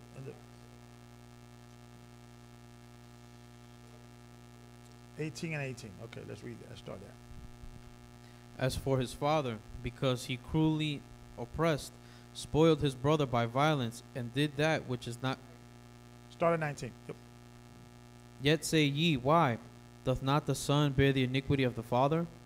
When the son hath done that which is lawful and right, and hath kept all my statutes, and hath done them, he shall surely live. So, our forefathers, we understood that this generational curses, we were not allowed to require the next generation and what the father did, or the grandfather, or what have you, but the Most High would do that. You understand? So it was understood that we have generational curses. Okay, so if you came from a bad tree, a bad family, your grandfather was a rolling stone, he was a crook, and sliced nobody. Don't leave your watch around him, all that. Right? If you had things of that nature, that should be reflected. The way we break those curses, okay, is to accept Christ, the Messiah, and be baptized, and be forgiven for all our sins, right? And go and sin no more, right? Because then now, whatever happens to you is not what your father, your grandfather, your grandmother, what they did. It's what you're doing, right? So that's why Christ says, go, sin no more, unless more evil come upon you. Okay. So let's keep reading. The soul that sinneth, it shall die. The son shall not bear the iniquity of the father, neither shall the father bear the iniquity of the son. The righteousness of the righteous shall be upon him, and the wickedness of the wicked shall be upon him. Yeah, so we are that is actually grace. All we got to worry about is what we do wrong. Imagine we are responsible to pay for the debts of our forefathers to the Most High, and what we're doing wrong. Okay, here's for my uncle, here's for my niece, here's for my auntie, this is for me last week. I'm broke, Elder. I'll be back next week, right? That's why you guys should understand about debts, right? Please forget our debts as we forgive our debts. It's because everything is cause and reaction with the Most High. You reap what you sow. So if you do something wrong, you have to pay a debt to the Most High to that, right? So think the Most High, what are you going to worry about our debts, right? So, okay. So let's go into the scriptures, right? Because, matter of fact, let's go back to the scripture, Deuteronomy 15 real quick, because I want to start there. Oh my God, there's so much here. You know what? Let's go to chapter 12 of Deuteronomy. To kind of show you the importance of this. This was serious, serious life and death thing here. Right? It was a serious, serious thing. So let's go to Deuteronomy chapter 12. and we're going to start at verse 1. And we'll jump down to set the stage. To kind of show you how serious this thing was. Because it was a legitimate thing. Because I think the brother even asked me, well, Elder, if I buy a sheep, in the store, how do I know it's the firstborn? And how do I know it's the secondborn? I should not eat anything. That's okay. Because when you read this, it's a serious thing, right? So let's start at verse 1. These are the statutes of the judgments which ye shall observe to do in the land, which the Most High thy power of thy fathers giveth thee to possess it, and all the days of that ye live upon the earth. Ye shall utterly destroy all the places wherein the nations which ye shall possess serve their gods, upon the high mountains, upon the hills, and under every green tree. And ye shall overthrow their altars, and break their pillars, and burn their groves with fire. And ye shall hew down the graven images of their gods, and destroy the names of them out of that place. And ye shall not do so unto the Lord your God, but unto the place which the Most High your power shall choose out of all your tribes to put his name there, even unto his habitation shall ye seek, and thither thou shalt come. And thither ye shall bring your burnt offerings, and your sacrifices, and your tithes, and heave offerings of your hand, and your vows, and your freewill offerings, and the firstling of your herds, and of your flocks. And there ye shall eat before the Most High your power, and ye shall rejoice in all that ye put in your hands unto, ye and your households, wherein the Most High your power hath blessed thee. And what was the 2 times in the day that it was allotted for this? It was the 2 times in the day that you allot for the sacrifice to eat the Most High, for the Most High. Sunrise and sunset, right? You had a 12 o'clock meal, but the 2 sacrifices were sunrise and sunset. So when you get up in the morning before the sun goes up, right? And this is something that culturally we had lost, because we're supposed to be getting up before the sun goes up, right? I know my grandmother, she's 4 o'clock. 4 o'clock when she was alive, bless her. So 4 o'clock in the morning, like 6 o'clock, she's waking me up for breakfast. Like, what? Who does this, right? And then right after breakfast, what she's getting ready for? Lunch. Like 12 o'clock, it's rare for it. If you got people from the Trinidad, Dominican Republic, Puerto Rico, and things of that nature, they get up there high rises. It's not that we 11 o'clock at night still watching the late show, drinking coffee. Who does that, right? Up all night. Well, me. That's me, Usually me talking to somebody, counseling or something, right? All right. So in the morning before you get up, right, you prepare. You already had your sacrifice, lamb, goat, and sheep. They are separate. These are the elite of the animals. They don't work. You feed them the best. They do exercise around and all that, but they don't do any hard labor. Okay, when you read in Leviticus 13, the whole thing, it tells you they're not allowed to work, they're not allowed to do anything. Their job, their function is to be a sacrifice for the Most High, right? So, I'm pretty sure the other animals were looking at them like, look at them. I'm going to get killed for no reason. They're going to working out. I won't be pulling this thing over and this, right? So, so you already knew what to pick. Before the sun goes up, you kill the animal, you spill the blood, make sure it's food, all the blood is out, because you're not allowed to drink the blood. You sacrifice, and then it's like thanking the Most High for that day. You start your day right? Early morning, shine, nice meal, then boom, right? You got your day ongoing. The sun is going down, you're working all day. Okay, now the sun's about to go down. Usually we stop working around what time? When is the time of around 2, getting ready around 3, because the sun goes up, starts going up. It reaches peak at what? 12. And it starts descending at what? Around 3-ish, give or take. That is the sun goes up at 6 and the sun goes down at 6, go down 6, goes up at 6, right? So when the sun is descending, that's the beginning of what? What is that is called? Twilight is another word. Evening. The beginning of, there's 2 evenings between those 3 hours. So those 3 hours, that's the time to stop working because you're getting ready for the sacrifice. So our work day really stopped around 2:30ish, 3 o'clock during the day and things of that nature.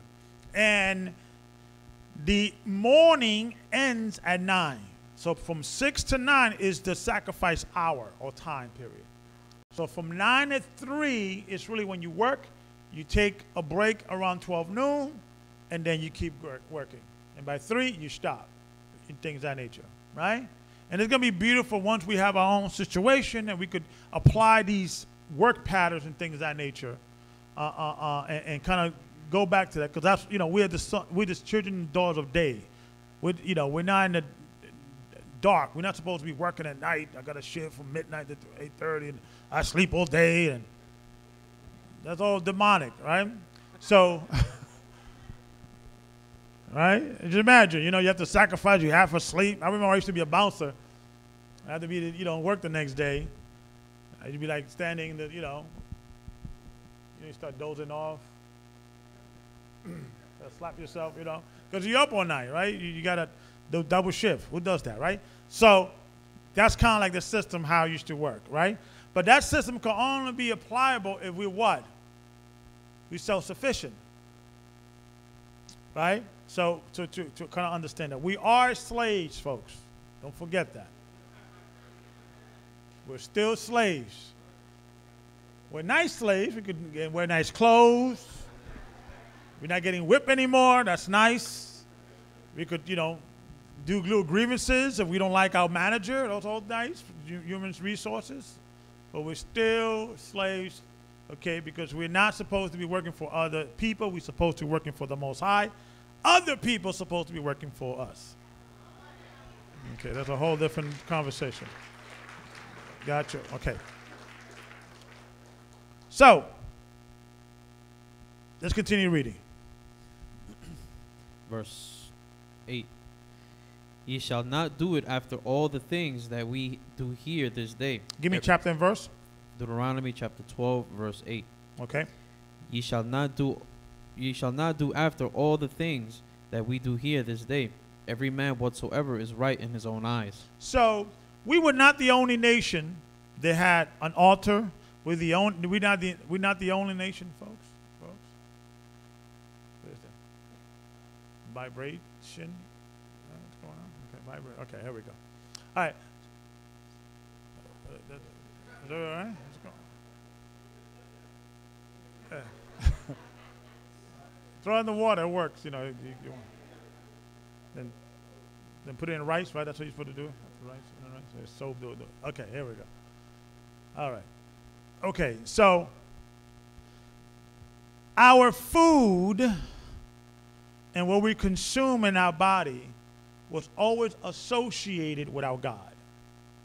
And before we ate anything, just pick out the fridge or just pick up the farm, we got the first food of the day, we thank the Most High, right? And we eating the best, we dressing the best in the morning. It was something serious. Now you coming in with your idol, you were ready because you thinking the Most High, and you presenting the best, the firstling, the best of what you have, right? And you go out on the day, and then the last meal is thanking the Most High. So you can understand your daily sacrifice was really a cultural thing that we cannot do if we're in captivity, if we got to work, 9 to 5, overtime, and things of that nature. We have to be self-sufficient. And it was a beautiful thing because the first thing that you do in the morning, you thank the Most High. The last thing you do in the evening, you thank the Most High, and with your meal. And everything has to be perfect. Everything. So you could imagine the Levites. And they got to clean up. And, the morning, then everything got dirty. Got to clean up for the evening. So they were working. They didn't have time to have an extra job. So Zechariah, get ready for the kingdom. Like, exactly. It's clean. Right? So it was a beautiful thing. We, what's 9 to 3? How many hours is that? 9 to 6 hours. That's not bad, right? Working 6 hours. We work hard. How many hours you work? Right? Well, Levi, you guys always working. Right? So think about it. It was not 12-hour shifts. You know, after the sun goes down 6 o'clock. That's it. You're too tired. You know, you done. You did you've been up since 6 o'clock in the morning though, because you're getting ready, or before 6, right? And things of that nature. You're working about 6 hours, but you're taking a break between that 12 hours. You know, things of that nature. So you're really working around 5.5 hours and things of that nature. But within your day is a combination of doing the Father's will and your miscellaneous stuff. You know, your farmer, whatever, your winemaker, your blacksmith, whatever it is, you know, you do it in the daytime, but after the sun goes down to sacrifice, that's it. Everybody's just chilling, going to bed. And you'd be tired by that, you know. So usually most people were already at bed by 9, you know, 8:30, things of that nature, because you was up at 6 o'clock in the morning and things of that nature. But, you know, so to kind of give you an idea, right? All right, so, and they associated your food and what you consume in your body with the Most High. So now you can understand why Paul had to put the epistle, or write the epistle of 1 Corinthians chapter 8 about not concerning things that are sacrificed to idol. We know an idol is nothing and things like that, because this was not an isolating cultural thing with Israel only. Every nation think their God for their food, for their war victory, for everything that they did. They used to think their God. And when they have bad fortune, okay, we have to do what? Sacrifice more, because our gods upset at us, right? So this was not an isolated incident with Israel. Everybody did this, right? Okay. So just to go into the spirit of this, okay, how can we execute this law not by the letter but by the spirit? Now, so let's go by the letter. The firstborn has to be dedicated to the Most High, whatever comes out, whether man or beast, right?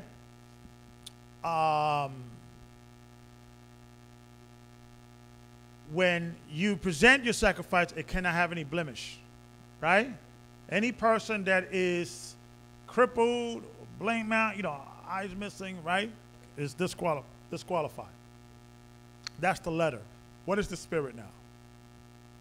How can you transform that into the spirit? Okay, let's first deal with you presenting to the Most High. So you know, if you're coming for the Most High, right, which is wherever 2 or more are gathered in my name, I'm in the midst of thee, right? So if you're going to do the Lord's business, street preaching, service, you know, just Shabbat service, you know, a Bible study at home, you know, things of that nature, or what have you. You're inviting people at your home and you're having Bible study. You should always present those things with your very best, without blemish, because you are before the Lord. Whoever is gathered before, you know, 2 or more gathered before the Most Christ, he's in the midst of this. So if you're in the midst of Christ, are you going to come in a wrong kind of way? You're going to come present yourself right. So that's why very important when I have, you know, the brothers going street preaching, things of that nature. Make sure you're dressing right. There's a dress code, right? Khakis, white shirt, so forth, so on. Okay, you're not coming in with sneakers. You're just playing, you know, season or two thing basketball. And you're like all sweaty. All right, I'm gonna come street preach. You know, your hair it's a mess, right? You got everything you do when it comes to the Most High, your best foot forward, whatever it is, right? And it's funny because we'll give stuff in the world more precedent than the Most High stuff. Our wedding, right? That dress, can it be wider, like towards the door? You know, the brother, you know, the barber. See that hair right there, it's missing. You've mixed up, barber, right? Look at your suit. It's a 1/4 of an inch shorter than it's supposed to be, right? It's my wedding day, right? Right? My daughter, where she had, you know, she's a prom is coming. She's like, I'm not sure. I don't know if I should go because what dress and this and that. But all she's doing is looking to dresses. It's my prom. It's my graduation. But I'm street preaching. I'm going to the Shabbat. Let me just, let me go to the bottom of the barrel. It still good. You do checks, smelling checks. Good job, right? Right? Using confirmation. That's our people. Right? Passover comes up. Oh, I can't go because, I just bought a new car. I can't afford it. Right? So anytime the spirit of the law is the first, you're supposed to, put things apart for the Most High's business, for you can present yourself better. Study so yourself approved. Everything is, anytime you present or you are representing the Most High, you're supposed to look apart and look separate from everyone else. So therefore, if you understand that, right, and you live it in sin, you got a cigarette problem, right? Are you ready to speak the word of the Most High? You got an alcohol problem, right? But you're going to go and come home and say, Mom, that's pagan. Yes, smoking like cigarettes.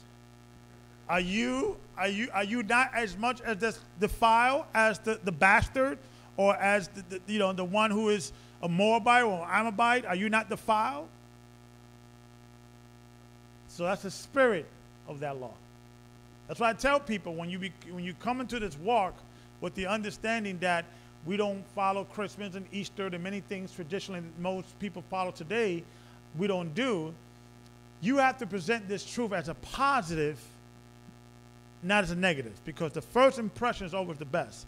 So if you come in like I did when I was with my wife, coming down, kicking the door down, that's pagan, that's got to go, you got to go. Everything's got to go, right? Right? The first expression, the first introduction to this truth is what? It's what I cannot do. What, I got to let this go. And I understand that that's part of the mission. However, though, I always advise people, don't tell people anything. Put on Christ first. You got that alcohol problem? Put that down.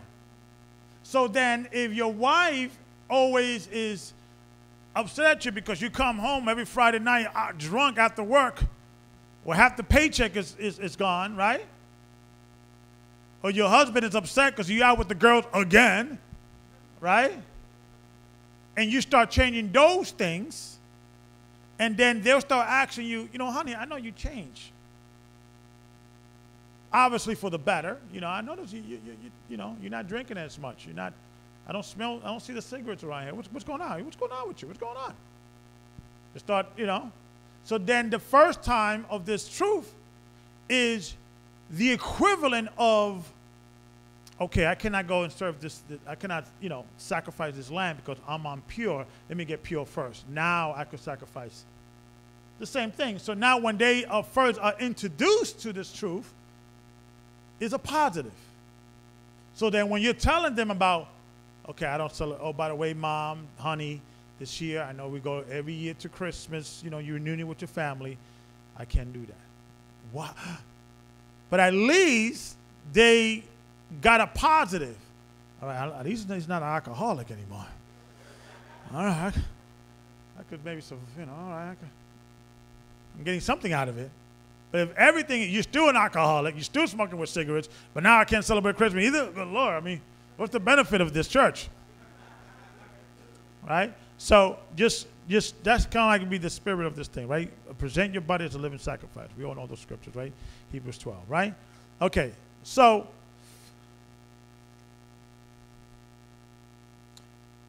and we have to give the understanding, we have to separate everything. We have to separate that physical sacrifice of an animal and coming before the Most High. It's two separate things, right?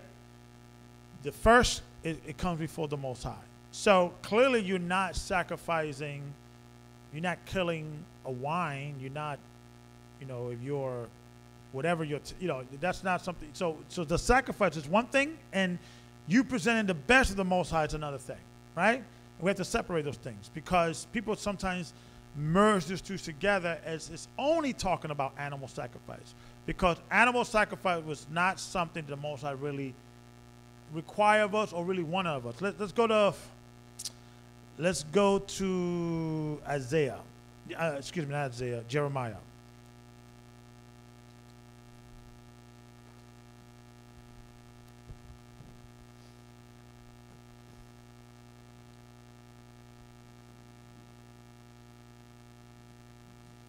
Jeremiah 7, and we could start at verse 20. Start at 21.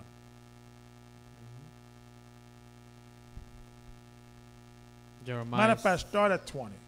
7 and 20. Therefore, thus saith the Most High Power, Behold, mine anger and my fury shall be poured out upon this place, upon man and upon beast, and upon the trees of the field, and upon the fruit of the ground. And it shall burn, and it shall not be quenched. So why the Most High is upset, right? So let's continue reading. Thus saith the Most High, thus saith the Lord of hosts, the power of Israel, put your burnt offerings unto your sacrifices and eat flesh. So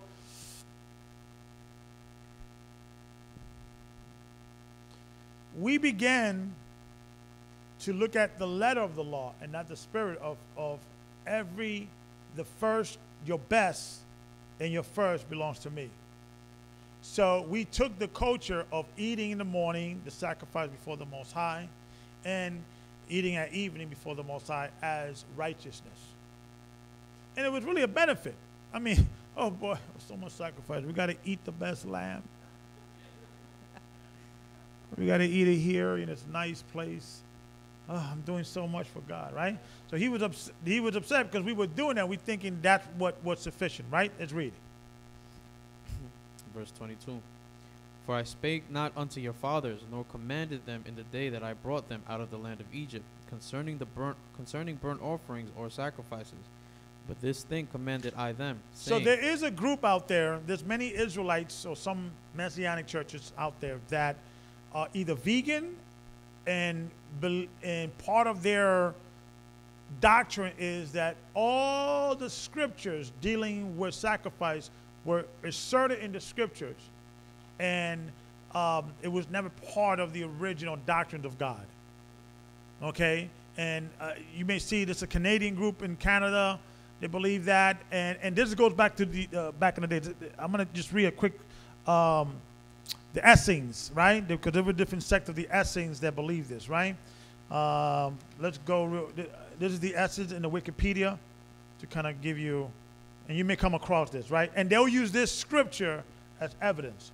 You see, this is evidence. God never taught us to sacrifice, right? Okay, and that's a valid point because that's what he said, right? But let's go. We're going to go to a much more deep understanding. So let's go into the Essenes. Most of you guys know this. You can start at the second paragraph. Jewish historian Josephus records. The Jewish historian Josephus records that Essenes existed in large numbers, and thousands lived throughout Roman Judea. But they were fewer in number than the Pharisees and Sadducees, the other two major sects at that time. The Essenes lived in various cities, but congregated in communal life dedicated to voluntary poverty, daily immersion, and asceticism. Their priestly class practiced celibacy. Most scholars claim they seceded from the Zadokite priests. The Zadokite priests, which is mentioned in the Bible, right? So most scholars believe that they had seceded apostolic, succession or priest-succession of the Zadokite, right? Start at second paragraph. That's the way I want to go to. The Nazarene. They were Jewish. They were Jews by nationality, originally from Gileadites, Bashanitites, and the Transjordan. They acknowledged Moses and believed that he had received laws. Not this law, however, but some other. Meaning, not the law of sacrifices. Keep reading. And so, they were Jews who kept all the Jewish observances, but they would not offer sacrifice or eat meat. They considered it unlawful to eat meat or make sacrifices with it. They claimed that these books are fictions, and that none of these customs were instituted by the fathers. This was the difference between the Nazarene and the others. Okay, so you have different sects of Essenes that kind of have different ideologies. So now you kind of understand why Paul had to write the epistle, now concerning things sacrificed to idols. We know an idol is nothing, and things of that nature, right? So because there were some that were judging others, they were only eating fruits and things of that nature, right? And so forth, so on, right? So that you might come across this, and this is the scripture they will use to say this is evidence that God never commanded. So we have to chop some of the scriptures off in the Old Testament because it was added much later. Now I'm looking into that, but I think the misunderstanding of the scripture is that was never the will of the Father, because when King David committed sin, he sacrificed, I think, thousands upon thousands of bullocks. And after that, in the spirit, he realized that's not what the Most High desired. So it was a cultural thing, but that was not what the Most High wanted, right? So let's keep reading. Let's go back to Jeremiah. Jeremiah 7 and 23. So start at verse 21 again. Thus saith the Lord of hosts, the power of Israel, put your burnt offerings unto your sacrifices, and eat flesh. For I spake not unto your fathers, nor commanded them in the day that I brought them out of the land of Egypt. In the day that I brought them, that's where you have to go there. The day that I brought them. Meaning, when did the sacrifice law begin to be instituted? What was the first thing that we did? We did Red Sea, departed, we got out, we walked through, dry shod, the sea swallowed the Egyptians. And then Moses says, I'll be back. Just wait for me. Did that day, did the Most High commanded us to do sacrifice? No. So, when Moses came back and killed, he said, those that sit with the Most High on my right, those on the left, and he swallowed up the left, right? They got killed, right? So, after that, because of those things, that's why the Most High began to do what? Separate, start creating a priesthood, a system of what? A sacrifice. That was not really what the Most High really wanted. Now, it is a difference between what Adam was doing or Cain and Abel. Because the first or the 10% or the first of everything that you do or your Most High gives you is not a sacrifice for your sin, is a thank you for the Most High, which you're eating anyway. So what's your sacrifice? It's just you're in the presence of the Most High. I'm going to eat this meal, and I'm going to cook this meal in your presence, and I'm going to eat it in your presence, and I'm going to thank you what you have given me. Okay, so there's a difference between if you commit a sin, then you got to present this, that, and the other. That was not what the Most High really wanted, because that is an act after the fact. Okay, so he doesn't pleasure in sacrifice. So let's keep reading. Verse 23. But this thing commanded I them, saying, Obey my voice, and I will be your God. And ye shall be my people, and walk ye in all the ways that I have commanded you, that it may be well unto you. So what the Father wants from us is for what? For us to obey him. That's it. That was it. That was just simply the commandment. The sacrifice is just a byproduct of sin. But there's a difference between the oblations in the morning. I'm going to eat this meal in front of your presence, O Father, and I'm going to thank you, O Father, and thank you now before I go on my day. Yeah, before I start the day. That's a different type of sacrifice. It's more like an oblation. It's a thank you. Okay? All right. You guys understand that, right? Okay, but he is talking about your burnt offerings and things of that nature. This is talking about your sin offerings. That is not what the Most High has pleasure on, right? It's referring to only, because that's a reminder of you're only sacrificing to me because you sinned. I don't find pleasure on that, right? It's like It's like your kids, right? They flunk school. Now they're going to summer school to, catch up and things. Look, Dad, I'm going to summer school. Well, that's a constant reminder. You flunk regular school. You know what you want to medal for that? You're supposed to be going to summer school. You screw up. You messed up. Now you got to make it right, right? So it's a reminder of that. All right. So I think you guys could read this on the different sects of Essings and different philosophies and things of that nature, and you may see some of that and things of that nature. Okay. And Christ ate fish. We could see examples when Christ ate fish. Christ, remember when Lazarus was reborn, they gave him meat to eat. So it was lawful for us to eat meat, but they will come here and people that are Essenes-driven type of Israelites or what have you, or Messianic, they will say we're not supposed to be eating meat. That's not what Christ taught and things of that nature. Okay, all right. So let's go into the scriptures, right, and go what Christ said, because the book starts with him, right? Matthew 9 and 13. And start at verse 10. Matthew 9.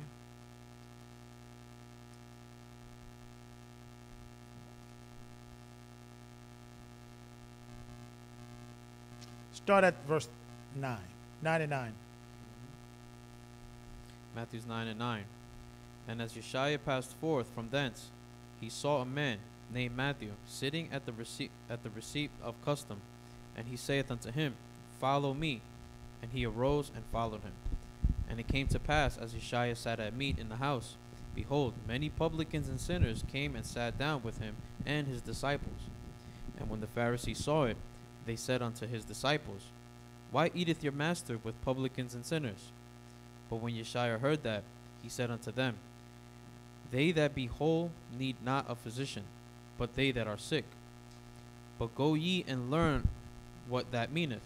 I will have mercy and not sacrifice, for I am not come to call the righteous. Then came John to him. Let's look at criticizing Christ for sitting down with sinners. Have a different version of the same story, which are tax collectors working for the Roman Empire. I think prostitutes, right? They in other scenarios, just people that they view, according to the Torah, unredeemable, right? If a woman is a harlot in the father's house, she will be put to death. There was no law. You could redeem a harlot, an adulterer. What? According to the Pharisees, condemned. That's it. They're done. So because there was no sacrifice in the letter to redeem these people, there's nothing I could do for you. What you want me to do? I can't pray away this sin. You committed a sin. There's nothing within the letter I could say, okay, sacrifice 3 goats, stand on your head for 3 days and you're good, right? No, there's nothing in the law, so they were condemned. So that's the reason why Christ put this, because there was associating these damned people as damned because there was nothing in the law to redeem them. But I desire mercy rather than sacrifice. Because sacrifice is limited in what you could sacrifice. This is not talking about the oblation that you're supposed to give every morning and every evening. This is not talking about your meal, your thank you meal, or your thank you breakfast. This is not talking about that. This is talking about your sin. Desire mercy rather than sacrifice. If you understand what this is talking about, come back, right? So let's read that again. Starting from 9? Verse 12. But when Yeshua heard that, he said unto them, They that be whole need not a physician, but they that are sick. But go ye and learn what that meaneth. I will have mercy and not sacrifice. For I am not come to call the righteous, but sinners to repentance. Okay, so because you got to remember, this was extremely important to the Jews. The temple. You cannot get blessed when you wake up in the morning. You cannot get blessed if you don't eat that first meal in the temple before the presence of the Lord, because that's what the temple represents, the presence of the Lord. But they did not understand what Christ was saying, because he said, listen, figure this out and come back to me. Because even in the Torah and the Tanakh, it was understood, can any building hold the presence of God? Is not the earth the Most High's first to? So therefore, why are we putting so much emphasis on this physical temple? It was a symbolic until the time to come. So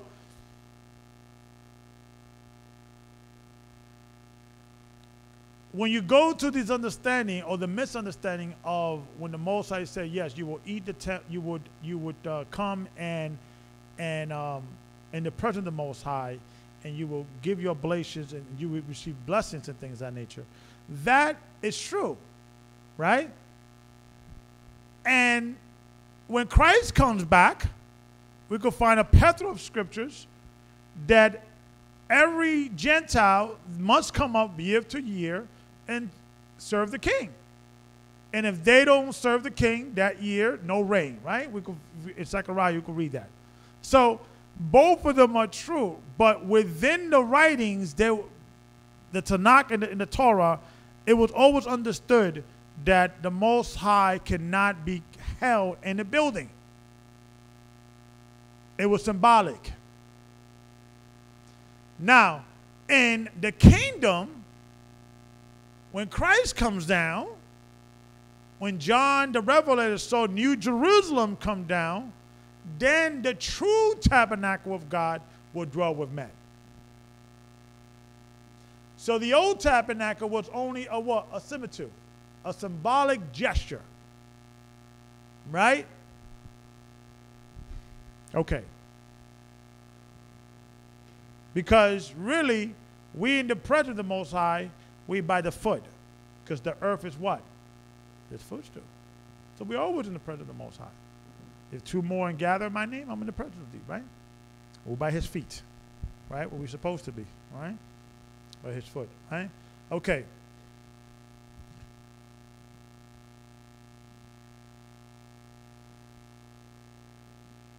Let's go to, so much I could go here. Okay, John, let's go to John 4:19.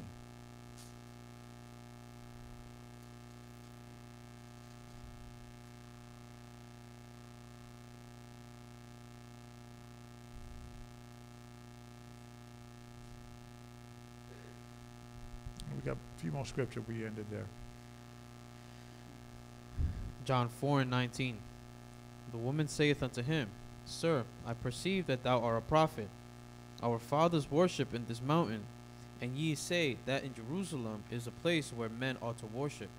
So understand what it worship represents, okay? And really,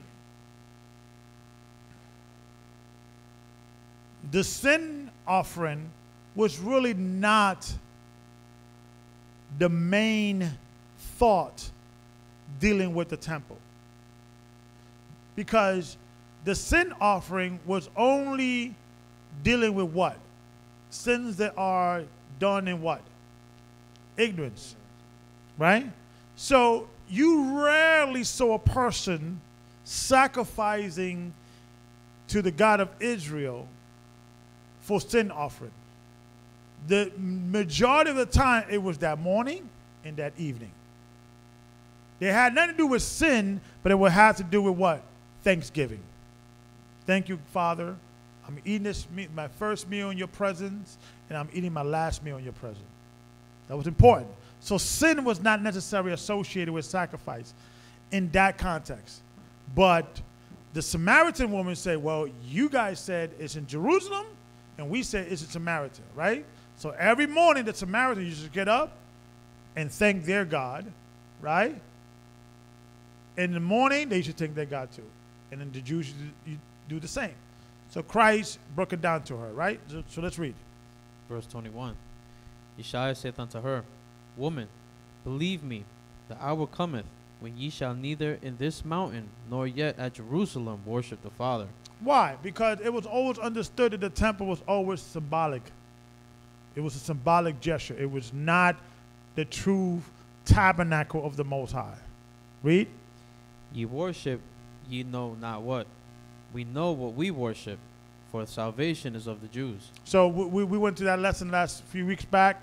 The word salvation is of the Jews. It means perceive of. So meaning you got to learn the truth from us, because they were impostor believing they were Israelites, but they were converts that they would learn from its conception the wrong way how to do things. Let's read. 23.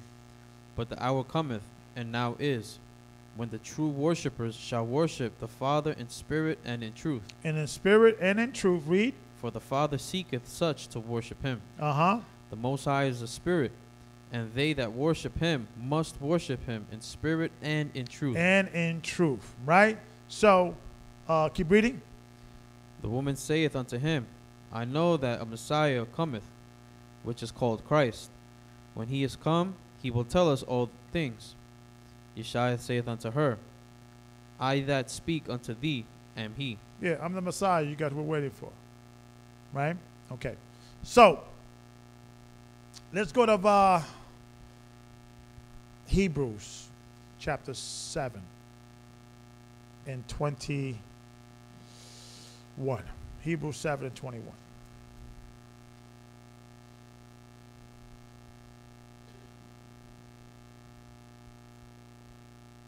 I think I read 2 more scriptures.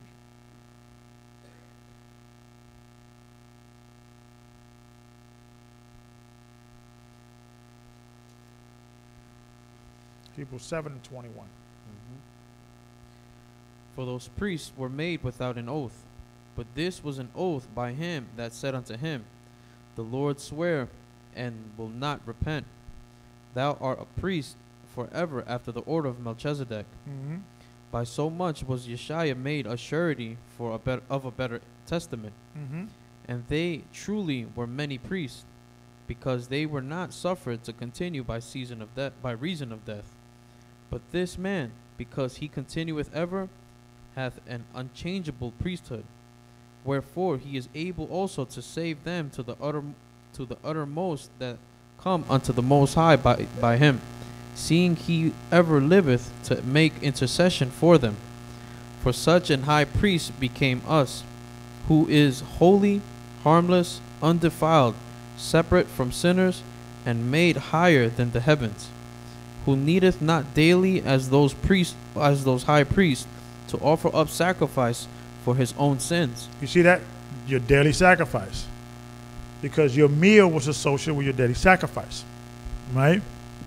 Those were the only 2 meals you were commanded to do before the Most High. Right? Your daily sacrifice, right? Read. And then for the peoples, for this he did once, when he offered up himself. For the law maketh men high priests, which have infirmity, but the word of the oath, which was since the law, maketh the Son, who is consecrated forevermore. Keep reading. Where are you? Chapter 8, verse 1. Matter of fact, yeah, keep reading chapter 8, because that's the next chapter, actually. Keep reading, 'cause that's the same thought. Keep reading. Now of the things which we have spoken, this is the sum. This is the sum of what we discussed. Read. We have such an high priest, who is set on the right hand of the throne of the majesty in the heavens. Right, so there's no one supposed to call himself high priest. You know, I won't even say priest. Yes, we're a nation of priests. I get that. We're a generation of priests. Okay, I won't argue that and things of that nature. But we're supposed to be bishops and deacons and so forth, so on. Those are names that were given to the apostles, right? But the priest is the Most High. I mean, it's Christ. That's the high priest. He's in heaven. He's in the right hand of the Father, right? So we should not call any man priest. And clearly we should not call any man father, right? We only have one Father, which is in heaven, right? Let's keep reading. Verse 2. A minister of the sanctuary and the true tabernacle, which the Lord pitched. So Christ is in heaven right now, ministering the true tabernacle in heaven, right? Read. And not man. Uh-huh. For every high priest is ordained to offer gifts and sacrifices. Wherefore it is of necessity that this man have somewhat also to offer. Uh-huh. For if he were on earth, he should not be a priest, seeing that there are priests that offer gifts according to the law, Uh-huh. who serve unto the example and shadow of heavenly things. So you notice it says gift, because that's what is oblation. You know, you're eating your first meal to the Most High and you're thanking Him. It's an oblation, right? Because the word oblation and gifts is associated, right? So let's read. As Moses was admonished of the Most High, when he was about to make the tabernacle, for see, saith he, that thou make all things according to the pattern showed to thee in the mount. But now hath he obtained a more excellent ministry, by how much also he was the mediator of a better covenant, which was established upon better promises. Uh-huh. For if that first covenant had been faultless, then should no place had been sought for the second. Uh-huh. For finding fault with them, he saith. So what was the problem? The covenant or them? And who's the them? So if the first covenant, read that again, verse 7. For if that first covenant had been faultless, if that first covenant had been faultless, read. Then should no place have been sought for the second. Uh-huh. For finding fault with them. Finding what? Finding fault with them. So where's the fault came in? If the first covenant was faultless, so people were saying that the first covenant was a problem, or there was a problem with the first covenant. No.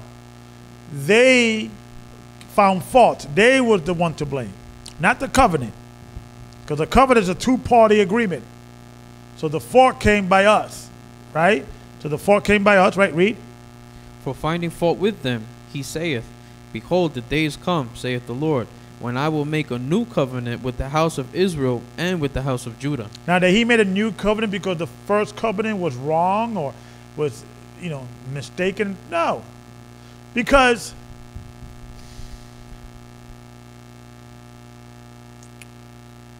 yes, we don't have the temple. Yes, there are scripture that talks about the blood, the sacrifice of blood and goats will not, forgive your sins and all that. And all those things is true. But that only applied when the true temple is not on earth. When the true temple is on earth, where is the only place you're going to have to go to get your blessings? When the king is here, when Christ is on the earth, you have to go there. But now we living under what? His grace. Because if you want to be technically by the law, we would have to get a very big ladder and climb to heaven, trying to find the temple. Right? So now we're under his grace, right? So let's keep reading. Verse 9. Not according to the covenant that I made with their fathers in the day when I took them by the hand and to lead them out of the land of Egypt. Uh-huh. Because they continued not in my covenant, I regarded them not, saith the Lord. Uh-huh. For this is the covenant that I will make with the house of Israel after those days, uh-huh, saith the Lord. I will put my laws into their mind, them in their hearts, and I will be to them a God, and they shall be to me a people. It's like this. You have children. You got Billy, John, Tommy, different children. One children is bad to the core. You love them, you're all the same, and you guiding that little boy to the shower and to the bed, right? But the minute you leave the room, when he gets up, starts playing video game, and right, crawl out the windows to hang out with his boys, right? Because he's bad to the core, right? So what is the problem? Is it you, the parent? Is it the shower? Is it the bed? Is it the home? No. That boy has an evil heart, a rebellious heart. So whatever it is you do, okay, because he said, I'll guide you by the hand. And what is the hand symbolically here? It's all the miracles they saw. I mean, much more hand, suggestion you needed, the 10 plagues of Egypt, the Red Sea departed into two. Okay, the earth swallowing up those sinners after Moses was left for 40 days and 40 nights. What more hand do you need? Right? Showing you that it doesn't matter if your heart is wicked and there's fire over here and there's all kinds of animals, lions and bears about to tear you apart and you're in the middle. And either is on the other side of both hands is what you want and your heart is evil, you're going to find a way. Maybe I could take that lion. I could run faster than that cheetah. Maybe that fire, maybe I just get a little burn. I mean, I know people that learn, first degree, burn, I could survive it. Showing you it doesn't matter the fear, what's in front of you, if your heart is evil, it's going to do evil. So what the Most High loves us so much is that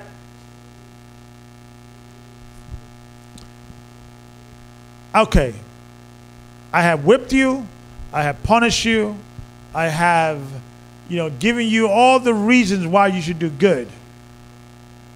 I love you so much, I'm going to do the operation and just give you a new heart because you're broken.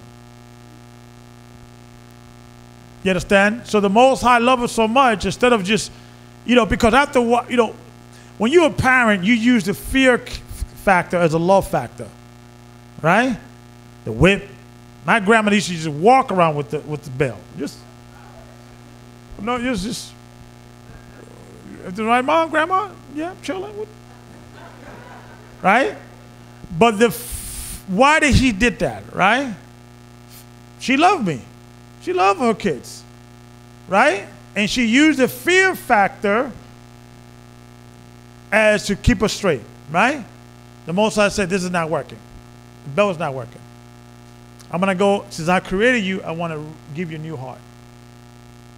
So at the end, really, we did nothing to deserve what we're receiving. Because we should have said, okay, let me not go through that fire because it's going to burn, because the fire said, my father said, don't touch that fire. But I want that thing on the other side. Right? So now he goes into us and reprogram it, puts a new heart, right? An upgrade, right? And now I don't want that thing anymore. Should we take credit for that? So we're pathetic. The Most High is saying, you know what? Since the whip is not working, since the fire is not working, since the fear factor, the 10 plagues, everything that I did is not working, okay, I'm just going to reprogram you. Because I love you that much. Right? So let's read. Verse 11. And they shall not teach every man his neighbor, and every man his brother, saying, Know the Lord, for all shall know me, from the least to the greatest. So, do we still have that? Do we have that new heart yet? Not yet, because we're still struggling. Trust me. I spend most of my time in counseling. Brother, you did what? Sister, you did what happened? And I'm still struggling as a man. So clearly, we're not in that situation yet, that we are on that upgrade, that we no longer have to teach each other, and we already know it's implanted in us. Right? Let's read it. Verse 12. For I will be merciful to their for I will be merciful to their unrighteousness, and their sins and their iniquities will I remember no more. In that he saith, a new covenant he hath made the first old. Now that which decayeth and waxeth old is ready to vanish away. Now what decay is, so what is this talking about? Is that God is not bound by time, space, and matter. So we in the new covenant, but we haven't fulfilled the new covenant. So it's time. So we're in the new, but we haven't filled it. So that's the reason why we're now in a situation that we still struggle with sin. We still have to resist the temptation of Satan. We still have to pray and fast. We still have to avoid certain people. We still have to avoid certain situations because we haven't gotten the upgrade heart yet. But we in the new covenant, but it hasn't been fulfilled yet, completed. Okay, so you guys can understand that, right? Okay, so we're going to end it with one more chapter, and chapter 9, and then we'll finish it there. So let's read. Hebrews 9:1. Then verily the first covenant had also ordinances of divine service and a worldly sanctuary. For there was a tabernacle made, the first, wherein was the candlestick and the table and the showbread, which is called the sanctuary. And after the second vial, the tabernacle, which is called the holiest of all, which had the golden censer, and the ark of the covenant overlaid round about with gold, wherein was the golden pot that had manna, and Aaron's rod that budded, and the tables of the covenant, and over it the cherubims of glory shadowing the mercy seat, of which we cannot now speak particularly. Continue reading at verse 7. No, verse 6. Well, that's it. Well, yeah, keep reading. That's the one I wanted to go. Now when these things were thus ordained, the priest went always into their first tabernacle, accomplishing the service of the Most High. Mm-hmm. But into the second went the high priest alone, once every year, not without blood, which he offered for himself and for the errors of the people. The Holy Spirit, this signifying that the way into the holiest of all was not yet made manifest, while as the first tabernacle was yet standing. So when that priest thought he was nervous and he was, kissing his kids and his wife, okay, listen, I want to go into the holies of holies, because it was a serious thing. If the priest was not pure, he would die. And they should tie a rope, and then you heard a drop. Zechariah, you there? All right, let's get another one. Zechariah 2, right? Right? So I could imagine that priest getting up in the morning that day that he knew that he has to do that. That was a life-changing day. Right? He has to be in the spirit. He has to be, meditating the Most High. He has to make sure everything is pure, that he's eating, that he's wearing, everything is. His whole family is nervous around him, and they have to make sure they're not defiled, because according to the law, if you're defiled and you touch what is pure, you undefile it. So now they are all up in arm, right? And when he walks in there, thinking he's in the midst of the Holy of Holies, it was not the Holy of Holies, because it was not yet manifest in his first temple, right? It was a similitude. It was an expression. It was what's supposed to happen, right? When the true tabernacle comes down. Read. Verse 9. Which was a figure for the time then present, in which we offered both gifts and sacrifices that could not make him that did the service perfect, as pertaining to the conscience. Come on. Which stood only in meats and drinks, and diverse washings and carnal ordinances imposed on them until what the is this time saying? of Reformation. That in the kingdom, when it comes down, you have the 12 elders, you have the Father, Christ, the 12 apostles, the 24 elders, right? 104,000. At least these that we just mentioned got the upgraded heart, right? So they could walk in, everything is fine, because they're already programmed not to even be tempted by sin. So, but those that are without, okay, they have to work towards that. You understand that? So it's showing you that the way in the book of Ezra, it talks about when Ezra was upset when he was hearing the circumstance of the fall of man. He said, when God said that he created Adam with a evil heart. What scripture is that?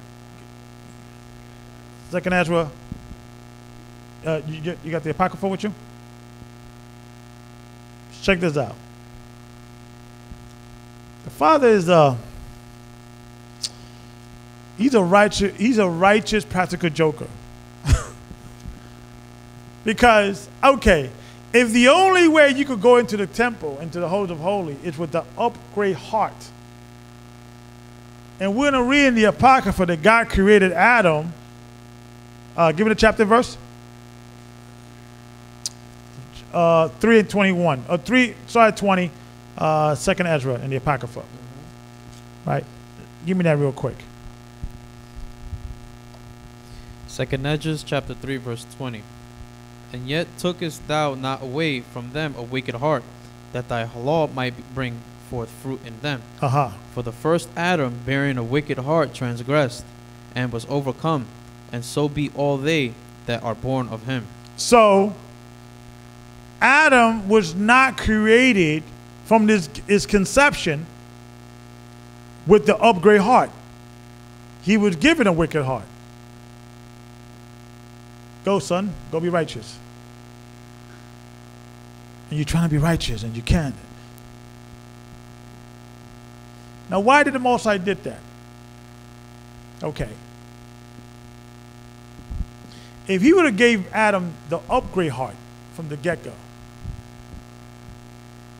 Adam would have think, oh, look how righteous I am. Right? What happened with Lucifer, the son of the morning? He was giving the elite heart of the, the one on top. No, the upgrade one. Yeah, let me get that one. From the get-go. He was one of the brightest angels, right? Sang beautifully. And look what happened. I think I could take on God. So, all this thing that we're going through is just a lesson. Okay, I got to teach. I love my creation. And I could see, because the Father knows the end, the beginning, and things of that nature. For this creation to worship me correctly, I had to teach him a lesson. That he is here because of me. He is here because I sustain him. He is here because I created him this way. So whatever he does is because I program this way. So he can always give me glory, and he doesn't go off. He does not go off like Lucifer. You guys understand that? So at the end, he will give us the upgrade heart, and we will know the only reason why I don't want that thing beyond the fire, because God programmed me not to want that.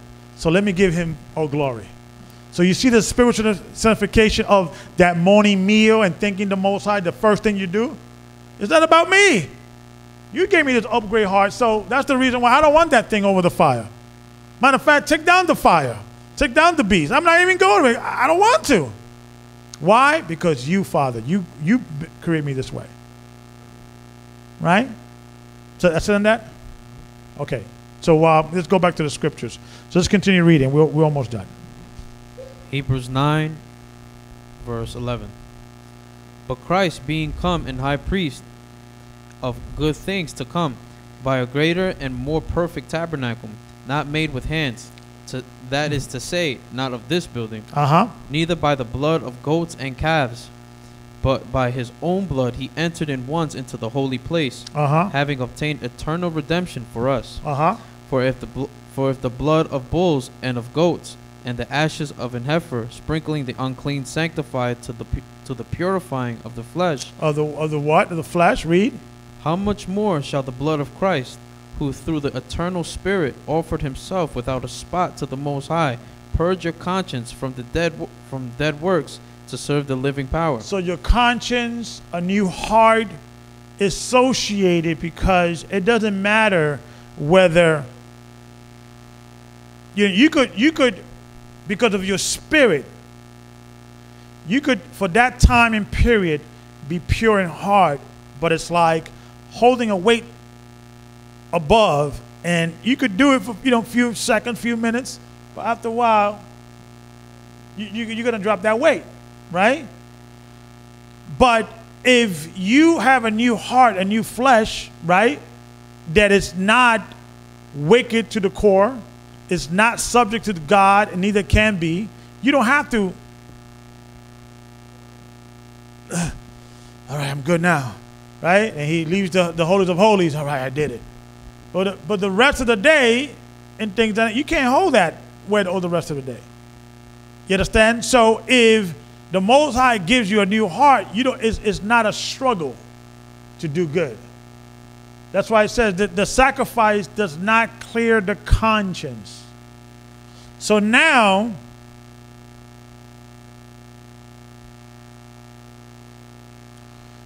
we have to work to get that perfect heart, that upgrade heart. But understand that we're going to be the righteous, scarcely making it. We're going to be crawling in because the heart is wicked. And it's getting worse every day. And it's, malfunctioning. And hurry up, let me get this new heart, because before I know it, I'm going to be subject to this heart and things of that nature. Listen, it's only a matter of time until we break. That's why I said, except he shortened those days, we will all be like Sodom and Gomorrah. All we got to do is live long enough, and we're going to commit a sin. It's just a matter of time. So we have to hold on and make sure those days are shortened, real short, so then we don't longer have to hold that weight anymore. Because we're shaking, we got both hands up, It's only a matter of time, right? That's why you have to separate yourself from the world. You got to be separate from the world. And don't care if people call you weird. Don't care if people call you not like us. Why you not cool like us? Don't care about those things. Those things are vanity. The brother, the officer just brought it up, Malachi. All those things are vanity. Fashion, movies, style, vehicles, money, houses, it's all vanity. But respect the flesh, though. Understand it's strong. So don't think you could just walk in around your family and your cousins are always picking on you. You're not going to get angry. You're going to get angry every single time. So, hey, don't put yourself in that situation. And a lot of you guys come around your friends, with the lone robes, shalom, gliding in like you some monk or something. All right, dude. Knock you out, I stay away from certain situations because I know. Now, yes, I'm not saying that you can, the more you fast and pray, you get stronger. And yes, you may come across a situation, right, that, you're stronger than you were a year ago. Absolutely. But respect it. Understand it. You're not as, the flesh is not subject to the laws of God. Neither it can be. Get used to that when you come across a decision-making. Sin is always going to be present. There's always going to be that little angel and the little devil on your side. You just get used to that, for then you don't get discouraged to think, I thought I overcame this. Why am I still having these evil thoughts? You understand? Because you in your flesh. And is a duality in the spiritual man and the carnal man. So every single time you come across a situation, you see a wallet in the floor, you what have you, you're always gonna, that flesh is gonna be like, nobody's here, just pick it up. That's always gonna be the situation, right?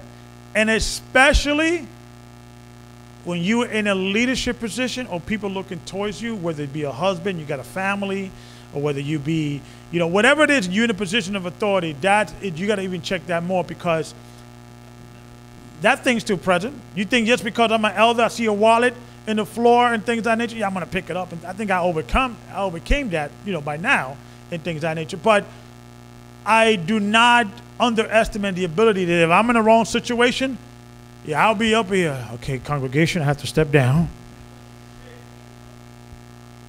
because, it got me. You understand?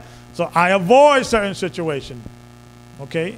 Do not tempt the Most High, right? Walking into the fire. I'm not going to get burned. Yeah, okay, try it. All right. I'm going to go in that nightclub. I'm not going to drink. I'm not going to dance with no female, right? Yeah, okay, good luck with that. All right? I'm going to teach, I got to talk to the bartender or something. Give him a flyer. What? God of Christ Church. Tomorrow, be there. I like that beat. Who is that? Right? For right? So don't put yourself in a certain situation, right? All right, so let's continue reading with the last chapter. Tell me where you at, brother. Chapter 9, verse 15. Come on. And for this cause, he is the mediator of the New Testament, that by means of death... Start at verse 4, read 13. For of the blood of bulls and of goats, and the ashes of an heifer sprinkling the unclean, sanctify to the purifying of the flesh, how much more shall the blood of Christ, who through the eternal Spirit offered himself without a spot to God, purge your conscience from the dead works. Purge your conscience from dead works to do what? Dead works to serve the living power. To serve the living power. Read. And for this cause he is the mediator of the New Testament, that by means of death, for the redemption of the transgressions that were under the first testament, that they are called might receive the promise of eternal inheritance.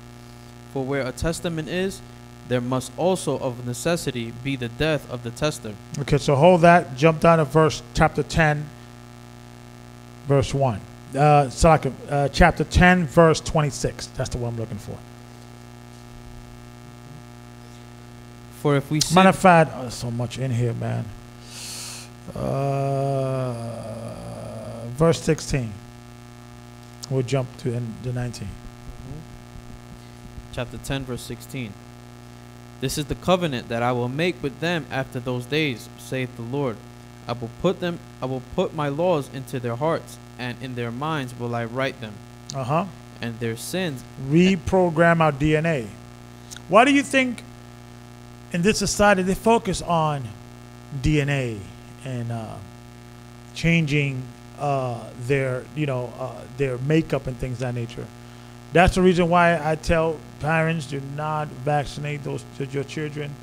I believe they're putting demonic DNA deprogramming in our children and things of that nature. So it's making it even harder. So think about it. Adam was created with a wicked heart. But now Satan's like, okay, I'm going to give you some DNA diffusion of wicked, vaccinations to demasculate you, feminize you, and things of that nature, masculine the women, because now sometimes, now men are crying just as much as women, or feminine and things of that nature. Now women are more masculine with a deep voice. And are you 12 years old, little girl? What's going on? Yeah. I'm going to go get vaccinated. This is my 5th vaccination this week. I'm telling you. I'm telling you. They're doing some work on us. So that's why a lot of it, music, your environment, you are a product of your environment. They done studies that most people already, if they could, you have scientists that they could break down your environment and they could decide, they'll know what you're gonna do just by your upbringing and your algorithm before you think you're gonna do it. So we are a product of our environment. In other words, if you were to take 2 identical twins and you put one in one environment and one in the other environment, they will come across the same problem, but make different solution to those problems because they are gravitating towards their past and their environment and their moral standards to make those decisions. So your decision is not really independent. It's more environmental and things of that nature, right? So understand that. So, and this is the crazy thing. This is the Most High, Elder Rawchaa brought it out. The Most High created our heart to be stiff-necked, but that's actually could be a good thing or a bad thing depending on the circumstance. So if you grew up being righteous and being across and seeing righteousness in your community all your life and believing in the Most High in Christ and so forth, so on, you'll be stiff-necked towards that. Because he created us being stiff-necked. One of the most hardest person to change mind is a black or Latino Christian once they're convinced. Nope, nope, nope, nope. His name is Jesus. Nope, nope. Right? Because we're stiff-necked. So, but imagine if that person from birth will be guided the right direction. Nope, nope, I'm not eating pork. Nope, I'm not sacrificing, celebrating Christmas. Nope. So it could be a good thing, right? So Satan knows that. He's like, okay, they're stiff-necked people, because the worst hard-headed person is the black man with the Bible, right? Oh, you can't talk him to do anything. But that's a good thing, though, if it's guided the right way. You understand? Because we're stiff-necked people. So,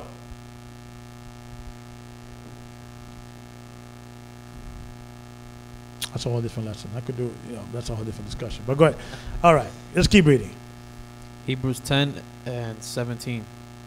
And their sins and iniquities will I remember no more. Now where remission of these is, there is no more offering for sin. Having therefore, brethren, boldness to enter into the holiest by the blood of Yeshua, by a new and living way, which he hath consecrated for us, through the veil, and that is to say, his flesh. Okay, so the veil, right? The whole nation of Israel was dependent upon that Levi to be pure, to go unto the Holy of Holies once a year, the Day of Atonement, to put, the scapegoat, right? And lay all the sins of Israel upon that scapegoat, right? And that sin will go with the goat, right? So now it's not dependent upon that. Who's the veil now? What do you have to go through? Christ. He's the door. So you don't have to no longer depend upon a man. All you have to do is be upon what the gospel, what Christ says, because he's the way, he's the door. Okay? So let's read. Verse 21. And having an high priest over the house of the Most High, let us draw near with a true heart and full assurance of faith, having our hearts sprinkled from an evil conscience, and our bodies washed with pure water. Let us hold fast the profession of our faith without wavering, for he is faithful that promised. And let us consider one another to provoke unto love and to good works, not forsaking the assembling of ourselves together, as the manner of some is, but exhorting one another, and so much the more, as ye see the day approaching. So, the assemble of one another is associated with what? The Holy of Holies. So that's the reason why we make it a big thing, right? And security would know, right? At least twice a month. I called, Greg or Wildorf. Okay, I got to talk to this brother before he comes in. I got some testimony. He committed fornication. The sister, I got to talk to before she come in. Why? Because this is the symbolic notion. Listen, you rather be stopped at the door here than be stopped when the Holy of Holies is really here. Right? You rather be inconvenienced and things of that nature now, and make sure that when you come in here, you're not bringing strife, you're not bringing argument, things of that nature. Because I've been in a situation that I've been counseling sometimes couples, and they each other's throats. And so after a while, brother and sister, I may have to tell you to not come back until you resolve these issues, because you're defiling the temple and things of that nature. So these are things, the elders put in place of the church, is to make sure that we rehearse the righteous acts. You think we're going to go into the temple in the kingdom and you got a beef with your wife, you know, I hate that chick. Okay. Curse the day I married. Hi, Lord. Right? No. It has to be resolved beforehand, right?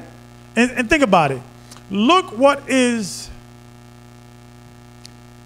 asked upon us. I believe knowing what is in front of you is half the battle.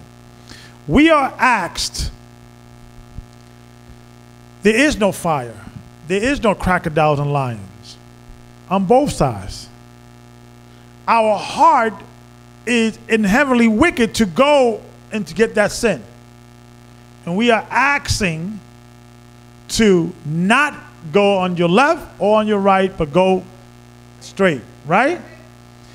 With no penalty. Nothing's going to happen to you. It's free choice with a corrupt heart. So, by his grace, we are saved. You guys get it? Because it's through his grace. And when we're falling, we're looking to go and to get that apple, you know, looks good. An angel breaks our legs. Oh, man, I got to go to the hospital. And we think it's a bad thing, but you better look at you up in the hospital with your leg broken because you was about to grab that sin. You know, I say all the time, I bet you the angel of the presence, like, every day he's like, this Gabar drives me crazy. Lord, I almost had to, you know, break his legs twice this day, you know. He almost lost an eye. It was like this close. I'm about to, right? And I'm thinking like, I'm so righteous. And you got angels just all around us. No, get that girl out of there. No, get that. No, that's his friend. He used to go, no. And the friend, he's just walking, he's like, oh, look, it's a nice shoe here. Let me go ahead. And I just passed him. He's walking. But if I would have met him, yo, what's up, homie? Yo, what's up? I got girls, Akko in the club. What's up? I know people. Right? Now, yeah, I overcame that. Now, that's like, you know, that's an easy one. But you get what I'm saying. Right? You always got that thing, your weakness, you know, you never know. Right? So, and we're thinking we're righteous, you know, things of that nature. But it's angels, you know, sweating bullets. Like, oh, God. Right? And, you know, I wish I could make it. Yes, if I could hear, you know, I could sit down with the angel of the presence and just hear his testimony. Gabar, let me tell you, brother. Woo-wee. Okay. You know, so you guys, and imagine, you know, after Christ went back to heaven, he kicked out Satan, right? The accuser. Gabar did this yesterday, this morning. He's thinking about this right now. And the law says, and he'd be right too. Right? So it's through grace, right? So let's read it. Verse 26. For if we sin willfully after that we have received the knowledge of the truth, there remaineth no more sacrifice for sins. Now, sinning willfully is not that you know you're going to fall. You're like crawling. You're feeling bad. You're eating it. I shouldn't be eating this, right? I shouldn't be doing this, right? You feel bad in the morning. That is not willfully. Willfully is, I like it. I'm going to move my over there. I could be, you know, I could just get it anytime I want it. There's no conscience on it, right? That's when the Most High gave up on you and gave you to vow affection, right? That's what the Most High calls a bastard. He's not my son. He's not my daughter. Right? The one that he loves is the same ones that have those same desires, but he's just trying. They just feel bad. They're trying. Okay, let me work with them. He's been called. He's been chosen, right?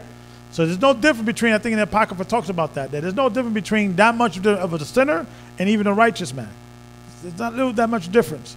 The only difference between a righteous and a sinner, the righteous trying, but they're both sinners. Right? They still get the little naughty thoughts, they still getting a little jealousy thought, the same thing. The only thing about a sinner, they act upon those things. The only difference between a sinner is they're trying not to act upon those things, and every day it's a struggle, and certain days the flesh wins, certain days the spirit wins, right? That's the only difference. Right? So let's read. So one sinned willfully. Read. So if we verse 26. For if we sin willfully after that we have received the knowledge of the truth, there remaineth no more sacrifice for sins. That's it. There's no sacrifice for sins if you continue to sin willfully. Right? Read. Verse 27. But a certain fearful looking for of judgment and fiery indignation, which shall devour the adversaries. And this is talking about the bastards, the people that God is no longer said, that's not my son, that's not my daughter. I don't know you. Right? The people that the Most High say, I'm going to give you to vow affection. And give you to vow affection is only, I'm not going to send angels to protect you. I'm not going to, make sure to remove things out of your way to help you. Because if all of us, if the Most High remove that veil away from us, we all would be like Sodom and Gomorrah. So it's really His mercy, His love for us, that we're not like the people that the Most High said, I have given them up to vow affection. Right? So let's read. 28. He that despised Moses' law died without mercy under 2 or 3 witnesses. Of how much more sorrow, punishment, suppose ye, shall he be thought worthy, who hath trodden under foot the Son of the Most High, and hath counted the blood of the covenant wherewith he was sanctified an unholy thing, and hath done despite unto the Spirit of grace? For we know him that hath said, vengeance belongeth unto me. So how much more punishment you feel that somebody knows the truth and willfully said, I'm going to go eat that sin, I'm going to eat that fruit, I'm going to go, I don't care. Different from someone that I took a little taste yesterday, Father, I'm sorry, forgive me, I'm trying my best, I need to move, I'm going to put a big wall, and I don't want to look at it, right? Give me be better. And a lot of it, people think a lot of it is dealing with the major stuff, crime, fornication, murder.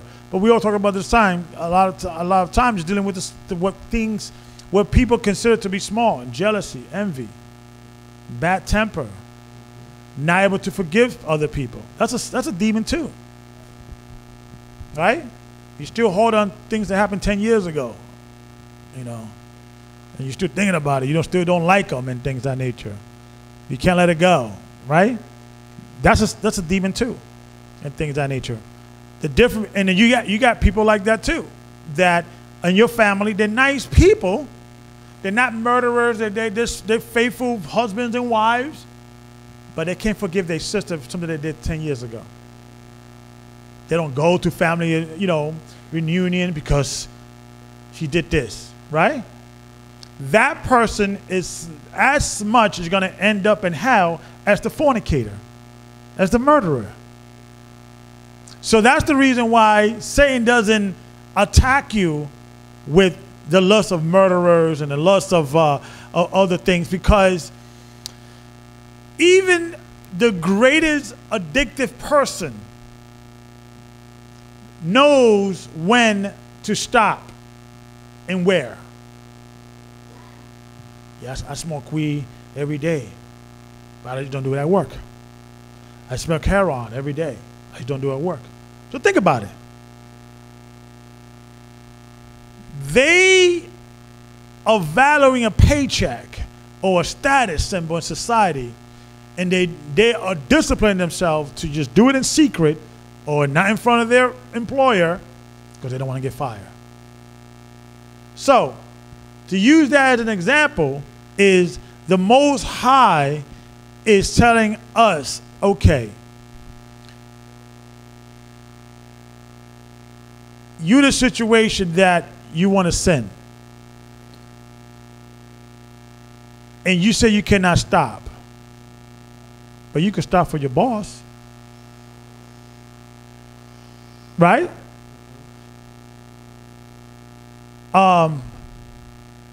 And at work, it says, well, you cannot, date co-workers, or if this rules, like if I'm a manager, I cannot date someone who's beneath me in the ranking pole, whatever, and things of that nature. And I want to do it, But if I get caught, I got a 6-figure salary, I got a mortgage. But then you're committing adultery with your friends, your neighbor, because there's what? There's no consequences. You could get away with it and things of that nature. And listen, I'm not saying that there's a lot of people to be like managers, and not only that, using their position and say, hey, you want to get a raise, young lady? Come sit on my couch, right? So it happens and things of that nature. But most people, out of the fear of consequences, they will say, okay, I cannot smoke this cigarette, or I cannot do this, or I cannot do that because of the fear. So there is fear and consequences, right? So this is what the Most High is saying. Read that again and say, what fear or what more, you think this person deserves if he disrespect the blood of Christ? Verse 29. 10 and 29. Of how much sorer punishment, suppose ye, shall he be thought worthy, who hath trodden under foot the Son of God, and hath counted the blood of the covenant, wherewith he was sanctified, an unholy thing. An unholy thing, read. And hath done despite unto the Spirit of grace. On despite the Spirit of grace. So how much more punishment you believe someone deserve, that after everything we just read, the scenario that the Most High gave us a wicked heart, we understand that, and Adam was formed that way, and we understand that if we do right, we're going to see paradise and be with Christ and things of that nature. And we understand that it's not us that wants to go do that wicked thing.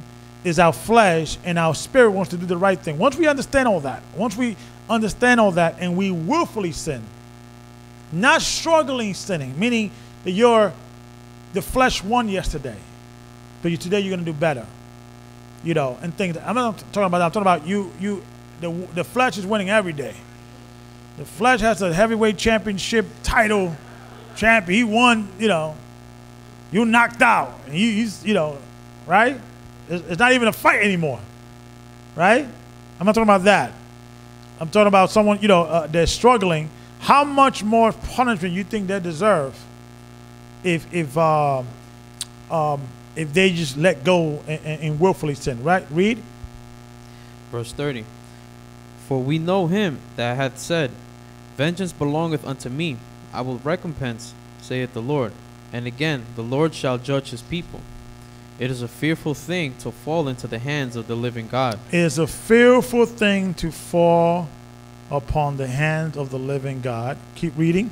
But call to remembrance the former days, in which after ye were illuminated, ye endured a great fight of afflictions. So now you have to understand that remember the former days. Those, now that you're illuminated, you have the understanding of our forefathers. Abraham went through the same struggles because he was formed from the same heart that Adam was formed. He was faithful, right? You have Isaac, Jacob, right? They were faithful, right? Isaac was there. Matter of fact, he was a young man, but he was not a kid. He was not like a little boy. He was a grown man that he said, you know what, Father, just tie me up a little tighter because I don't want to wiggle. So even and get out and things of that nature, because this is what the Father wants you to do, let's do it. Right? So he understood. My flesh is going to automatically do what? No. Because he was born with that same heart that Adam was built. Tie me up more. Make sure I don't escape. Right? Read. Verse 33. Partly, whilst ye were made a gazing stock, both by reproaches and afflictions, and partly whilst ye became companions of them that were so used. For ye had compassion of me in my bonds, and took joyfully the spoiling of your goods, knowing in yourselves that ye have in heaven a better and enduring substance. Cast not away therefore your confidence, which hath great recompense of reward. Right, so understand you're going to feel weird because you go against your flesh. It doesn't feel natural to it. This doesn't feel natural to your flesh, yes, because it's against the commandment of God. It's not subject. So, and you're in the midst of it, right? So let's read. 36. For ye have need of patience, that after ye have done the will of the Most High, ye might receive the promise. Uh-huh. For yet a little while, and he that shall come will come, and will not tarry. So, a sister or a brother, I forget who it is, asked a question to Elder Rawchaa, I think in the radio show, about the commandments and curses. And the elder, gave her the answer in regards like, yes, by you keeping the commandments by default is you removing those curses. Because a lot of curses, believe it or not, are really self-afflicted in the sense that we keep doing the same mistakes over and over again, and then wonder why, we're in a situation. I speaking to brothers and sisters that they came into the church and they want to get baptized, and of course, are you married or are you single? Now, I usually pick their brains and things of that nature, and you may have a situation, you may have a brother or a sister that, they have, this is, they just got a divorce, and this is the third divorce, and so forth, so on. And I start asking them questions about people they chose in their life and why. And, you may have a sister who the husband was an alcoholic and abuser, and then the father was an alcoholic and abuser, and she chose those type of situations. Okay, you have a brother who chooses a woman in a certain kind of way because it reminds her of his mother and things of that nature, right? So if you are keeping the commandments of God, but you keep choosing the alcoholic and the abuser as a spouse because they remind you of your parents and things of that nature, you can't blame the Most High. Because by default, by choosing that, or someone like that is living in sin, is breaking the commandments of God. Touch not the unclean thing, and I will receive you. Right? Be not unequally yoked with unbelievers. Right?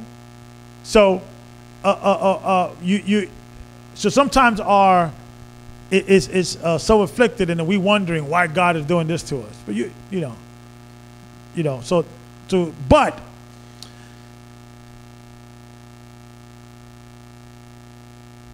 to understand this, that in the Old Testament, if you kept the commandments of God, you will be blessed, right? We all see Deuteronomy 28, the blessings and the cursing. But we're not under that covenant anymore. So, the Old Covenant, in a nutshell, if you do what I want you to do, what I tell you to do, I will bless you. If you disobey me, I will curse you. The New Covenant is, if you do what I ask you to do, you're going to suffer. You're going to be rejected. You're going to be rebuked by people. You're going to be, excommunicated by your family, your friends. You're going to, be not liked. You're going to be the black sheep of the family. You're going to be persecuted. And if you do that and do it to the end, then you will get your blessings. It's a different covenant. So you can't look towards Moses and what the Most High told Moses and the burning bush, because those days are over. We broke that covenant. So now we have to endure unto the very end. So if you want the blessings promised to Abraham, you got to wait until the Messiah returns and gives you your crown. So you can't look towards the old covenant and be like, well, I'm keeping all the commandments. What's going on? And I'm still being ridiculed. My family don't like me. I'm the black sheep of the family. My spouse left me. They're not allowing me to see my children. Father, you told me in Deuteronomy, if you keep my commandments, I will bless you. That's the old covenant, my friend. You broke. You can't go by those standards no more. The battle is won and lost in the New Testament. Is won and lost in the word of Christ. When he said, he's the way, he's the, things of that nature. And what did he say? He that endures unto the very end, the same will be saved. You broke the covenant, not him. You can't blame him for that. So now he flipped it. If you do his will in the Old Testament, blessing. If you do his will, hold on. He flipped it. And guess what? He did it for us first. Before I ask you to do this, I'm going to do it for you. Now, you got no excuse, right? Okay, so let's continue reading. So get used to affliction and be patient in your affliction, as the scripture says. Read that again. Read 36. For ye have need of patience, that after ye have done the will of the Most High, ye might receive the promise. After you done the will of the Most High. Not during you doing the will. After you done the will, then you receive the promise. Right? He flipped it. Because he found fault in what? In us. So you have to put a new covenant. Okay, you don't want that? I will give you this. So, we had it and we lost it. Now we have to fight for it to get it back. It's a different situation. Okay, so let's read. 37. For yet a little while, and he that shall come will come, and will not tarry. Now the just shall live by faith, but if any man draw back, my soul shall have no pleasure in him. You see that? So when you got to have that faith until the very end. But he goes back to the world, that's it, it's a wrap. You can't, well, Elder, I'm Elder for Christ. I was doing good until the last 5 years, but I did good for 20 years. Remember the scripture said that, he that does righteous and goes back to his wickedness, the righteous will not be remembered, and vice versa. He that does wicked and he goes do righteous, the wickedness will not be remembered. It's where you at, it's not where you're from. Okay? It's where you at right now, right? Let's read. Verse 39. But we are not of them who draw back unto perdition, but of them that believe to saving the soul. Let's give the Most High a hand.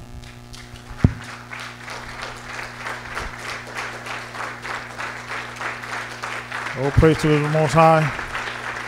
Does anybody have any particular questions or concerns before we get ready to pray out and do the announcements? Anybody has any particular questions? Okay, we have a sister over here. Okay, and real quick, who's here for the first time? Just want to get an idea. Anybody here for the first time? First time, we got one. And I'm getting a different board. I think that's the issue. I think we have to get a new board. Okay. Okay, raise your hand one more time. I think we see you on. 1, 2, 1, 2. Okay. Right, check. So we got one sister over here. We got another sister over here. So we're going to go 1, 2. And I think I saw some other hands in the back. Yes, sister. Yes. What about the Christians? What happens? Are they in their ignorance? Will they be pardoned or? Christians meaning just general, any Christians in general? Yeah. Okay. So give me Matthew. They're not keeping holy days. Giving Matthew 7 and 21. I have not known you. Okay. So it's not only all about just calling Christ Lord. That's part of it, right? What the entire essence of what Christ wants us to do is to do what? Let's read it. We got to get the. Okay. This is the book of Matthew, chapter 7, verse 21. Not every one that saith unto me, Lord, Lord, shall enter into the kingdom of heaven. Now, I cannot give you that answer generally like, okay, they're all going to go to hell. I'm not going to say that. What I'm going to say is what Christ said. Read. But he that doeth the will of my Father which is in heaven. So read that again from on top. Verse 21. Not every one that saith unto me, Lord, Lord, shall enter into the kingdom of heaven. So not everybody, not all Christians will enter into the kingdom of heaven. But everyone that does what? But he that doeth the will of my Father which is in heaven. Uh-huh. Many will say to me in that day, Lord, Lord, have we not prophesied in thy name? We are not prophesied in your name? Right? Because prophesizing, it could also be said, Yeshua or Jesus said, in the last days there will be wars and rumors of wars. That's a prophecy in Christ's name because that's what Christ did. We have not done that, right? Read. And in thy name have cast out devils. In thy name had pray over people. Right? Read. And in thy name done many wonderful works. You know, we're going to go feed the homeless next week and all that good stuff, and all that is good. Read. And then will I profess unto them, I never knew you. Depart from me, ye that work iniquity. So, to answer your question, I can only give you this scripture. I'm not Christ, so I'm not going to say they're going to go to hell, we're not going to go to hell. I'm not going to caught up with that. Well, all I want to do is read you the scripture and say, okay, apparently it's not enough to prophesy in Christ's name. It's not enough to do good works in Christ's name. It's not enough to pray over people in Christ's name. You have to do the will of the Father. So those that do that and things of that nature. Now, can it be a possibility that Christ may have mercy upon somebody that may not have all the information? Yes. But that's I'm not Christ. But we know better. So let's do better. Okay? And that sister over here had a question. Malachi. Oh, okay. So Malachi, you, sister, we got you next. And okay, so Malachi, since you already have the mic. Yeah, I just had a comment and then a question. The comment is, I think you on to something with that stiff neck thing. About how it could be a good thing as well. Right. You know, and you think about that. Us being stiff-necked, so stiff-necked, you know, especially when the truth is planted in us, who else could really stand against all the wiles and the fiery darts but a stiff-necked people? So I think you're onto something with that. Yeah, it all depends what you stiff-neck about. Right. Yeah, it all depends what it is, right. So right. Absolutely. Yeah, and because a lot of us, we've been in situations that, you know, once we know the truth, ain't nobody's going to tell us, right. To eat something or to do something. We're stiff that way. Right. And things of that nature. And what people usually say, you change. You're not the same anymore. Yeah, because I stiff-necked somewhere else. Right? So it's going to be a good thing depending how you wield it. And then in regards to the Essene doctrine, was Paul talking to? I kind of took it that he was talking to in 1 Timothy 4 when he said, "Many shall fall away, and be with seducing spirits." Yeah. And doctrines of devils, and they're talking about abstaining from marrying, and abstaining from meats and things like that. Yeah. Because I know when you was talking that, when you was reading through that, I didn't know that, but it says the Essenes, they abstain from women too. Yeah. So the priests were, which sounds very familiar to what? The Roman Catholic Church. Yeah. So I just was wondering, was that particular chapter, or was he talking about the Essenes when he wrote that? Well, I won't say the Essenes, because really there's no group that call themselves the Essenes. Other people used to call them, but there were different sects within the group that were called the Essenes. There were different sects, and they had different beliefs. And even when they were them, when you look at many beliefs, they had like really doctrine that is, in the surface, it looks righteous, right? Like they had a doctrine, they were celibate and things of that nature.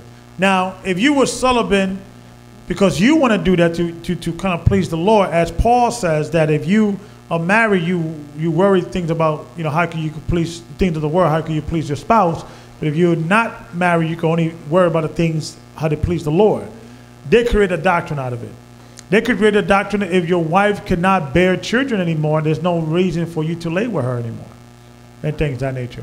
So they had like different sects of philosophy, and really, and somebody could rationalize that. Well, God created that to produce and things of that nature, be fruitful, multiply. Your wife cannot multiply anymore, so that no longer serves a purpose. The only reason why you do that is for pleasure, to pleasure the flesh, and yada yada. So you can find arguments amount and things of that nature. But Paul was talking about, especially in Colossians, about like handle not, touch not, that has a image of righteousness, but not according to God, according to man's righteousness. And a lot of that, like the Roman Catholic Church, like first the Roman Catholic Church, the whole thing where the priest could not marry, it was because of real estate reasons. If the priest died, then the Catholic Church would have to take care of the children, and they wanted to just save money. So they just came up with that doctrine. But the Hessings, I think they came up with that doctrine because they viewed that to be like real uplifting, righteous, you know, things of that nature. So yeah, but it's of the doctrine of devil. It has the image of righteousness, but it's not, because anything that's not of the Most High is of the devil. In things of that nature. So to kind of give you, yeah. Yes, sister. Yes, the Shabbat Shalom. Shabbat This Shalom. is going back to the thing with the firstborn, you know, with the eunuchs and the bastards, giving them the firstborn to the Most High. Yeah. Now I was thinking about Jacob and his 12 sons. Yeah. Who ultimately got the blessing, which I think would be Joseph. That was like the 11th, because He was the second to last. Yeah. Yeah, because Reuben, he was the firstborn, but he laid with Bilhah. Yeah. Then you had Simeon, he wanted to kill Joseph. Yep. Then you had Levi, Yep. and he went off. Right. So you had to go all the way down just to get to Joseph. Yeah. So the good thing because there was a lesson I wanted to do about, can the firstborn son lose his heritage? And there is evidence that can, you know, clearly Reuben did and things of that nature, because Joseph received the right of the firstborn. But there is a law that if the firstborn belongs to the Most High, but all things considering. So if your firstborn is a sodomite, okay, he's disqualified. If he's born blind or whatever and things of that nature, because illness was considered illness was associated with sin. Yeah. And things of that nature. So I think were certain circumstances that you will lose those rights, but all things considered, that is generally the rule of thumb. The firstborn kind of becomes the patriarch, or the next person after the father passes away to kind of be the patriarch of the family. Right, because it seemed like Simeon would have been the one, but then his hand was withered, but he repented. Yeah, right. And then a week later, it was okay. Yeah, it's but anger. Then they had to like subdue him, but then he went willingly, and it was just a lot. Yeah, so it's funny because I was put together a lesson I wanted to do on particular on the birthright and how you can lose it and things. But it's all associated with the Most High, because technically as a nation, we are the Most High's son. Israel is my firstborn, right? So we lost our heritage and our right of the firstborn but we got it back through Christ. So yeah, yes, brother. Hey, Shalom, Elder. Shalom. Quickly, so when he said Satan was an accuser of brethren, did that also apply? I know it applies to the sons of God for mankind, but does it apply for the angels as well? Repeat that again. So when Satan was an accuser of brethren, yes, you knew that applies to mankind, the sons of God. Yes. Does that apply to the angels as well? Well, that applied to the angel. No, Yeah, that was of a brother, not to mankind. Okay. He was then, after Satan was dethroned from his position in as being the morning star, and he was the singer. He was the one that used to sing with the morning star to bring in the day. Then he was dethroned as the accuser. So his job, it was to try to tempt you and report what you do to the Father. So his job is to try to make you sin and then report that to your Father. And because we are wicked, he always had a lot of things to report to the Father. So so he was no longer in heaven to do that because he was cast out. Okay. Yep. So you mentioned that It's okay. Go ahead. You mentioned that the devil had an elite heart, so how can he betray the Most High if he had an elite heart? So who had, you say Adam? No, the devil. So repeat that again one more time. If Lucifer had an elite heart, how can he betray the devil if he had an elite heart? So I think you're talking about Adam, right? If Adam...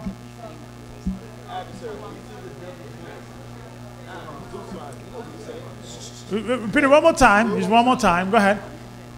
If Lucifer had an elite heart, then how can he betray the Most High? If he had an elite heart? Yeah. Okay, good question. So, Right. So the question is, if Adam, if Satan was created perfect, right? And I said you was perfect until sin was found in you. That's in Ezekiel 37. Iniquity was found on you, right? So how is that considered perfect? Right? The only answer I could give you is Isaiah 45.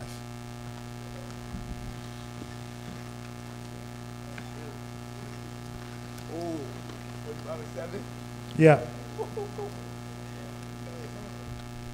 That's a very good question. Because I think when we were doing the whole debate with the coming on trial, a lot of I think Paul Light brought this out. Oh, God created everything good. How it could be, how sin, and he created the devil, so then you can't blame man, right? So this was the most like, Isaiah. I go to two scriptures, Isaiah 45 and 7. Let's go there. Isaiah 45 and 7. I form the light and create darkness. I make peace and create evil. I, the Lord, do all these things. There you go. The Most High did it. Why he did it? Go to Romans 9. But why he did it? Is it fair? That doesn't sound right. Any answers? Right? Go to Romans 9. You know what I want? Jacob and Esau.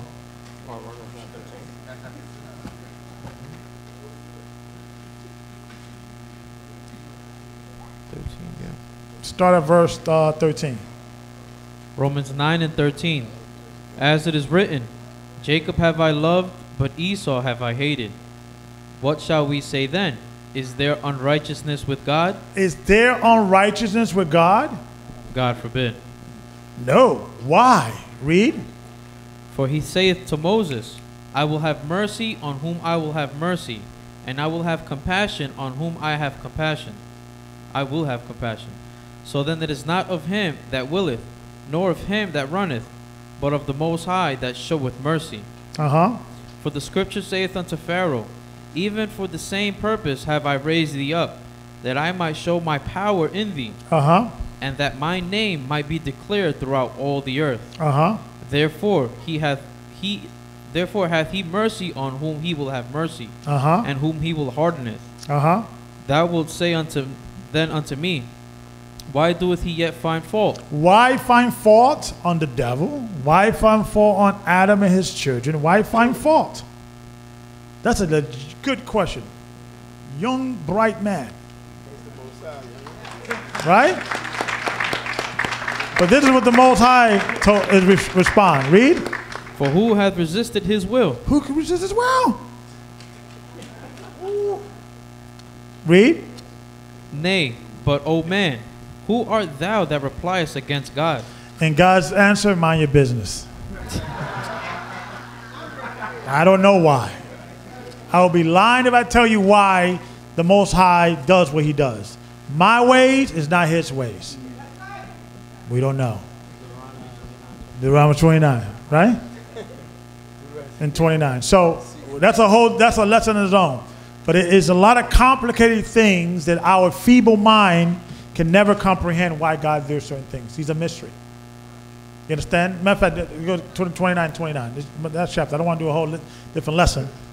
But a lot of people think that, okay, some people will only worship God if they could only understand God. Good luck with that. Why he does it, I need to know. I need the answer right now. Like they're the navigators or the verifiers. All right, let me see what God did here, his works. All right, you part of his creation. You are clay, right? Read. Deuteronomy 29, chapter 29, verse 29. The secret things belong unto the Lord our God. The secret things belong to the Most High. Read. But those things which are revealed belong unto us. But those things that are revealed belongs to us. So certain things he keeps back, other things he reveals. Read.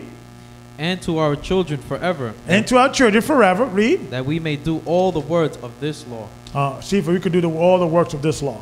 So I hope it answers your question. There's certain things that God do that he didn't reveal to us. He only gives us little certain things and things of that nature. But my advice to you, read 2nd Ezra, chapter 1 through 6. When you go home, you stick a week, maybe read a chapter every day and things of that nature, because Ezra was asking a lot of questions. You ask him, why? Why are we doing this? Why Adam was built this way? And things of that nature. So and I had those questions too. But it is ensuring to know that God answered that question with mind your business. And it's funny because as parents, have we been in a situation where our kids ask the questions? And what we tell them, listen, mind your business, go to your room, and just do what I say. Same thing with the father. So if we could relate to having a child that we could say, and I'm not saying you cannot ask questions, young man, it's good to ask questions, but if we as parents could relate telling children, you don't understand right, that's too heavy for now, so just go clean your room, why would the father will have the same thing with us? Okay. All right, so that's a good question, though. Very good question. Next question? Yes, sir. Shalom, Elder Gabar. Yeah. In Exodus 13, it speaks on redeeming the first child among men. Yeah. You broke down regarding the animals. Yeah. But I want to know,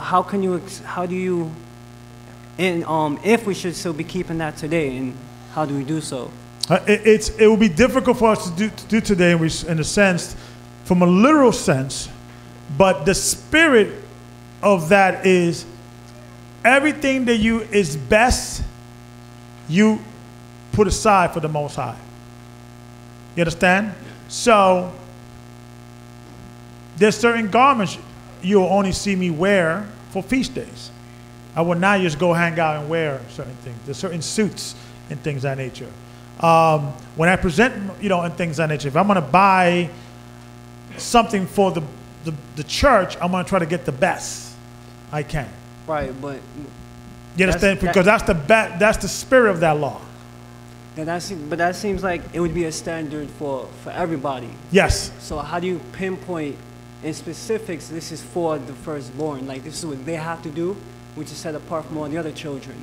For the male specifically? Yeah. Okay, so when you go into the scripture, and here's something maybe Sharice, I have to talk to Sharice, because we should maybe go and try to rehearse those acts. Like the firstborn son should it will be the one, in the Old Testament, he will be the one presenting the sacrifice, representing his family, right?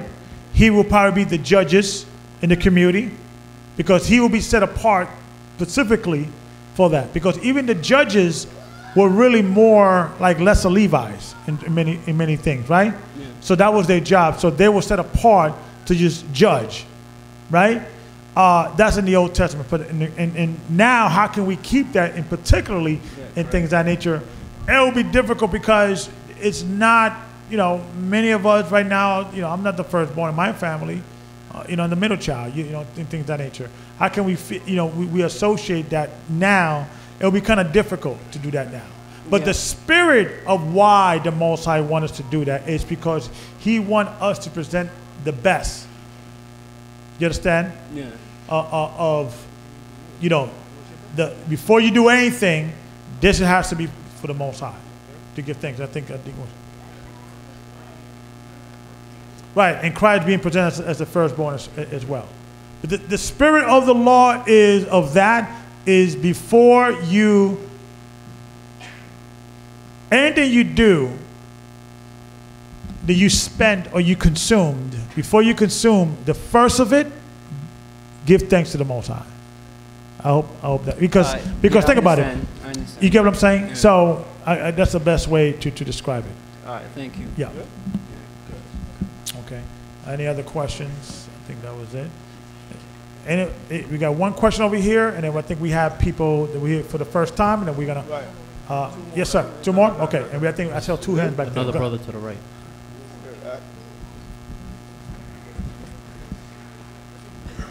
Shalom. Shalom. Elder, could you please confirm that when we get into the kingdom, meaning the sisters, we won't be working? That's a good question, sister. Come next week and I'll answer that question. Yeah, so it's going to be 1,000 years of rest. So you got to remember, right? Folks, you got to remember, why did traditionally, right, when a woman used to get married back in the days, what she used to also come with? No, what did the woman used to always come with? A handmaid. So, so when you get married, the nations are going to be your handmaids. Okay? So if your husband wants some coffee, you call your handmaid, and she'll give me some coffee. We'll be good. If you want some coffee, you can call, you know. You get what I'm saying? So I hope that answers your question. We have another question, folks. That's a lesson on its own. Go ahead. Shalom. My question is, what about stumbling blocks? Are those considered willful sinning? I mean, stumbling blocks, if those considered willfully. Right, so it's like a stumbling block would be a weakness, right? That's another, something that... You try really hard, but you fall. You keep trying, you fall. Right, those are stumbling blocks. So those are not willfully sin. Thank you. Those... Don't use the excuse of a stumbling block all the time to willfully sin, though. But there could be some legitimate situation, right? You've been clean from alcohol. You're not an alcoholic. And the scripture says, there's nothing wrong to drink wine, but I'm saying the alcoholics would not enter into the kingdom of heaven. You had a death in your family, a loved one that you love so much, and that event dramatized you, that drove you to alcohol. That would be a stumbling block. It's not an excuse, but those things are legitimate. But don't use everything. Somebody screaming at me today, and the way he looked at me, I don't know. It was a stumbling block. Let me some alcohol, right? So just maybe use wisdom with that. That was it. Anybody here for the first time? But thank you. Good question, sister. Good question. There's one last one. One more last question. Yes, sir. Shalom, Elder. Shalom. How can one obtain a pure heart to prevent the willful sin? Yeah, endure to the end. All right. What's a scripture that could help one with that? Endure. All right. All right. Thank you. Okay, endure to the very end. What was it, Matthew 24? He that endure to the very end, the same will be safe. 24:39, I think it is that one. Okay, you got to endure it. Sometimes it's just understand there is no easy way out. You just got to get in the fight and fight until the end and get the reward at the end. Okay? And he's doing the lesson. Deacon Shamar doing the lesson next week. Who's here for the first time? Anybody? First time, and say hello. Who are you? Why are you here? Oh my God. Okay. Who is this young lady? Yes. Shamar. What happened? Oh, my name is Marie Lasso. I'm Stephen's mother. Zachariah's mother. Oh, but I'm Stephen. I call him Stephen. I don't know about this Zachariah mess. Yes. Welcome, sister. Stephen. All praises, all praises. Thank you. Where you from, sister? Queens, I think, correct? Queens, yes. Right? Okay, welcome, sister. I hope you come back. All praises. Sitting there with your daughter-in-law. All praises. Anybody else here? I saw some more hands. I think I saw a hand over here. Okay, who are you guys and why are you here? We are Gary and Veronica, and we are the parents of Mickey. Oh, Mickey. Oh, welcome. Welcome. Oh, praises. Welcome. Hi, Mickey. Okay. Anybody else for the first time? Hi, my name's Brian. I'm from Rawchaa. This is my aunt Diane. All right, where you at, Diane? Oh, welcome, brother from New Rawchaa. Oh, praises. You guys are dragging your family in together. You know when that scripture says that I would take one or two from every family? I'm like, I'm going to take all my family. I don't care what the scripture says. It'll be only one in my family. Uncle Louis, he'll stay. I don't like him. But all praises. Welcome, sister. Who are you and why are you here? Hi. My name's Heather. I'm from Staten Island, and I found you guys on YouTube. Okay, and, Staten Island. Let me come and see what you guys, just find out more about the truth. Okay. Find out more about the truth. Welcome, welcome, welcome, welcome, sister. All praises. You found us through free preaching or online? Both? Okay, okay, there you go. See? It's free. Okay, all praises, all praises. Yes, sister. Who are you and why are you here? Hello, everyone. My name is Cassandra. I was invited by the Brooklyn G.O.C. family. And I'm here to learn the truth and to make that a part of my life. Welcome, welcome, Brooklyn, doing their thing. Representing. I'm telling you, we have to get a bigger church for Brooklyn. All praises to the Most High. We got one more over here. I got you, brother. Hey, save the best for last, right? You're right. My name is Demetrius. I was invited by the Brooklyn G.O.C.C. family. All right, Brooklyn in the house. And I'm just here to, gain the knowledge that I'm supposed to gain, and just use the word and spread it to the four corners of the world, Just welcome, brother. All praises. I have to visit Brooklyn. I haven't been there for a while. I think you guys need more chairs, right? I keep talking about chairs. You gotta get more chairs. Forgetting about that. My name is Talik, and I was invited by my aunt. Who's your aunt? Shanine. Oh, Shanine. All right. All praises. Welcome. Are you from Albany, brother? Yes. Albany too? Okay. All praises. Okay. I know Officer Sean. He's gonna be. Is Officer Sean here today? Okay. I know he's.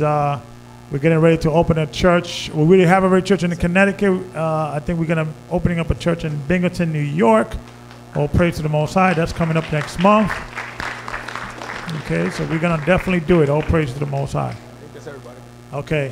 Thank you for visitors. Thank you, family, for coming and supporting. Hopefully now you get to know us a little better, and maybe you guys have an understanding where we're coming from. All praise to the Most High. So thank you. For the visitors and things of that nature, all praises. Yeah, there's a little welcome package for new members or new visitors. Okay, so at this time, we're going to get ready for the announcement. But before we do that, we're going to take a collection. I know the officers are coming around. Whatever you could give and donate, we highly appreciate it and highly need it. If you can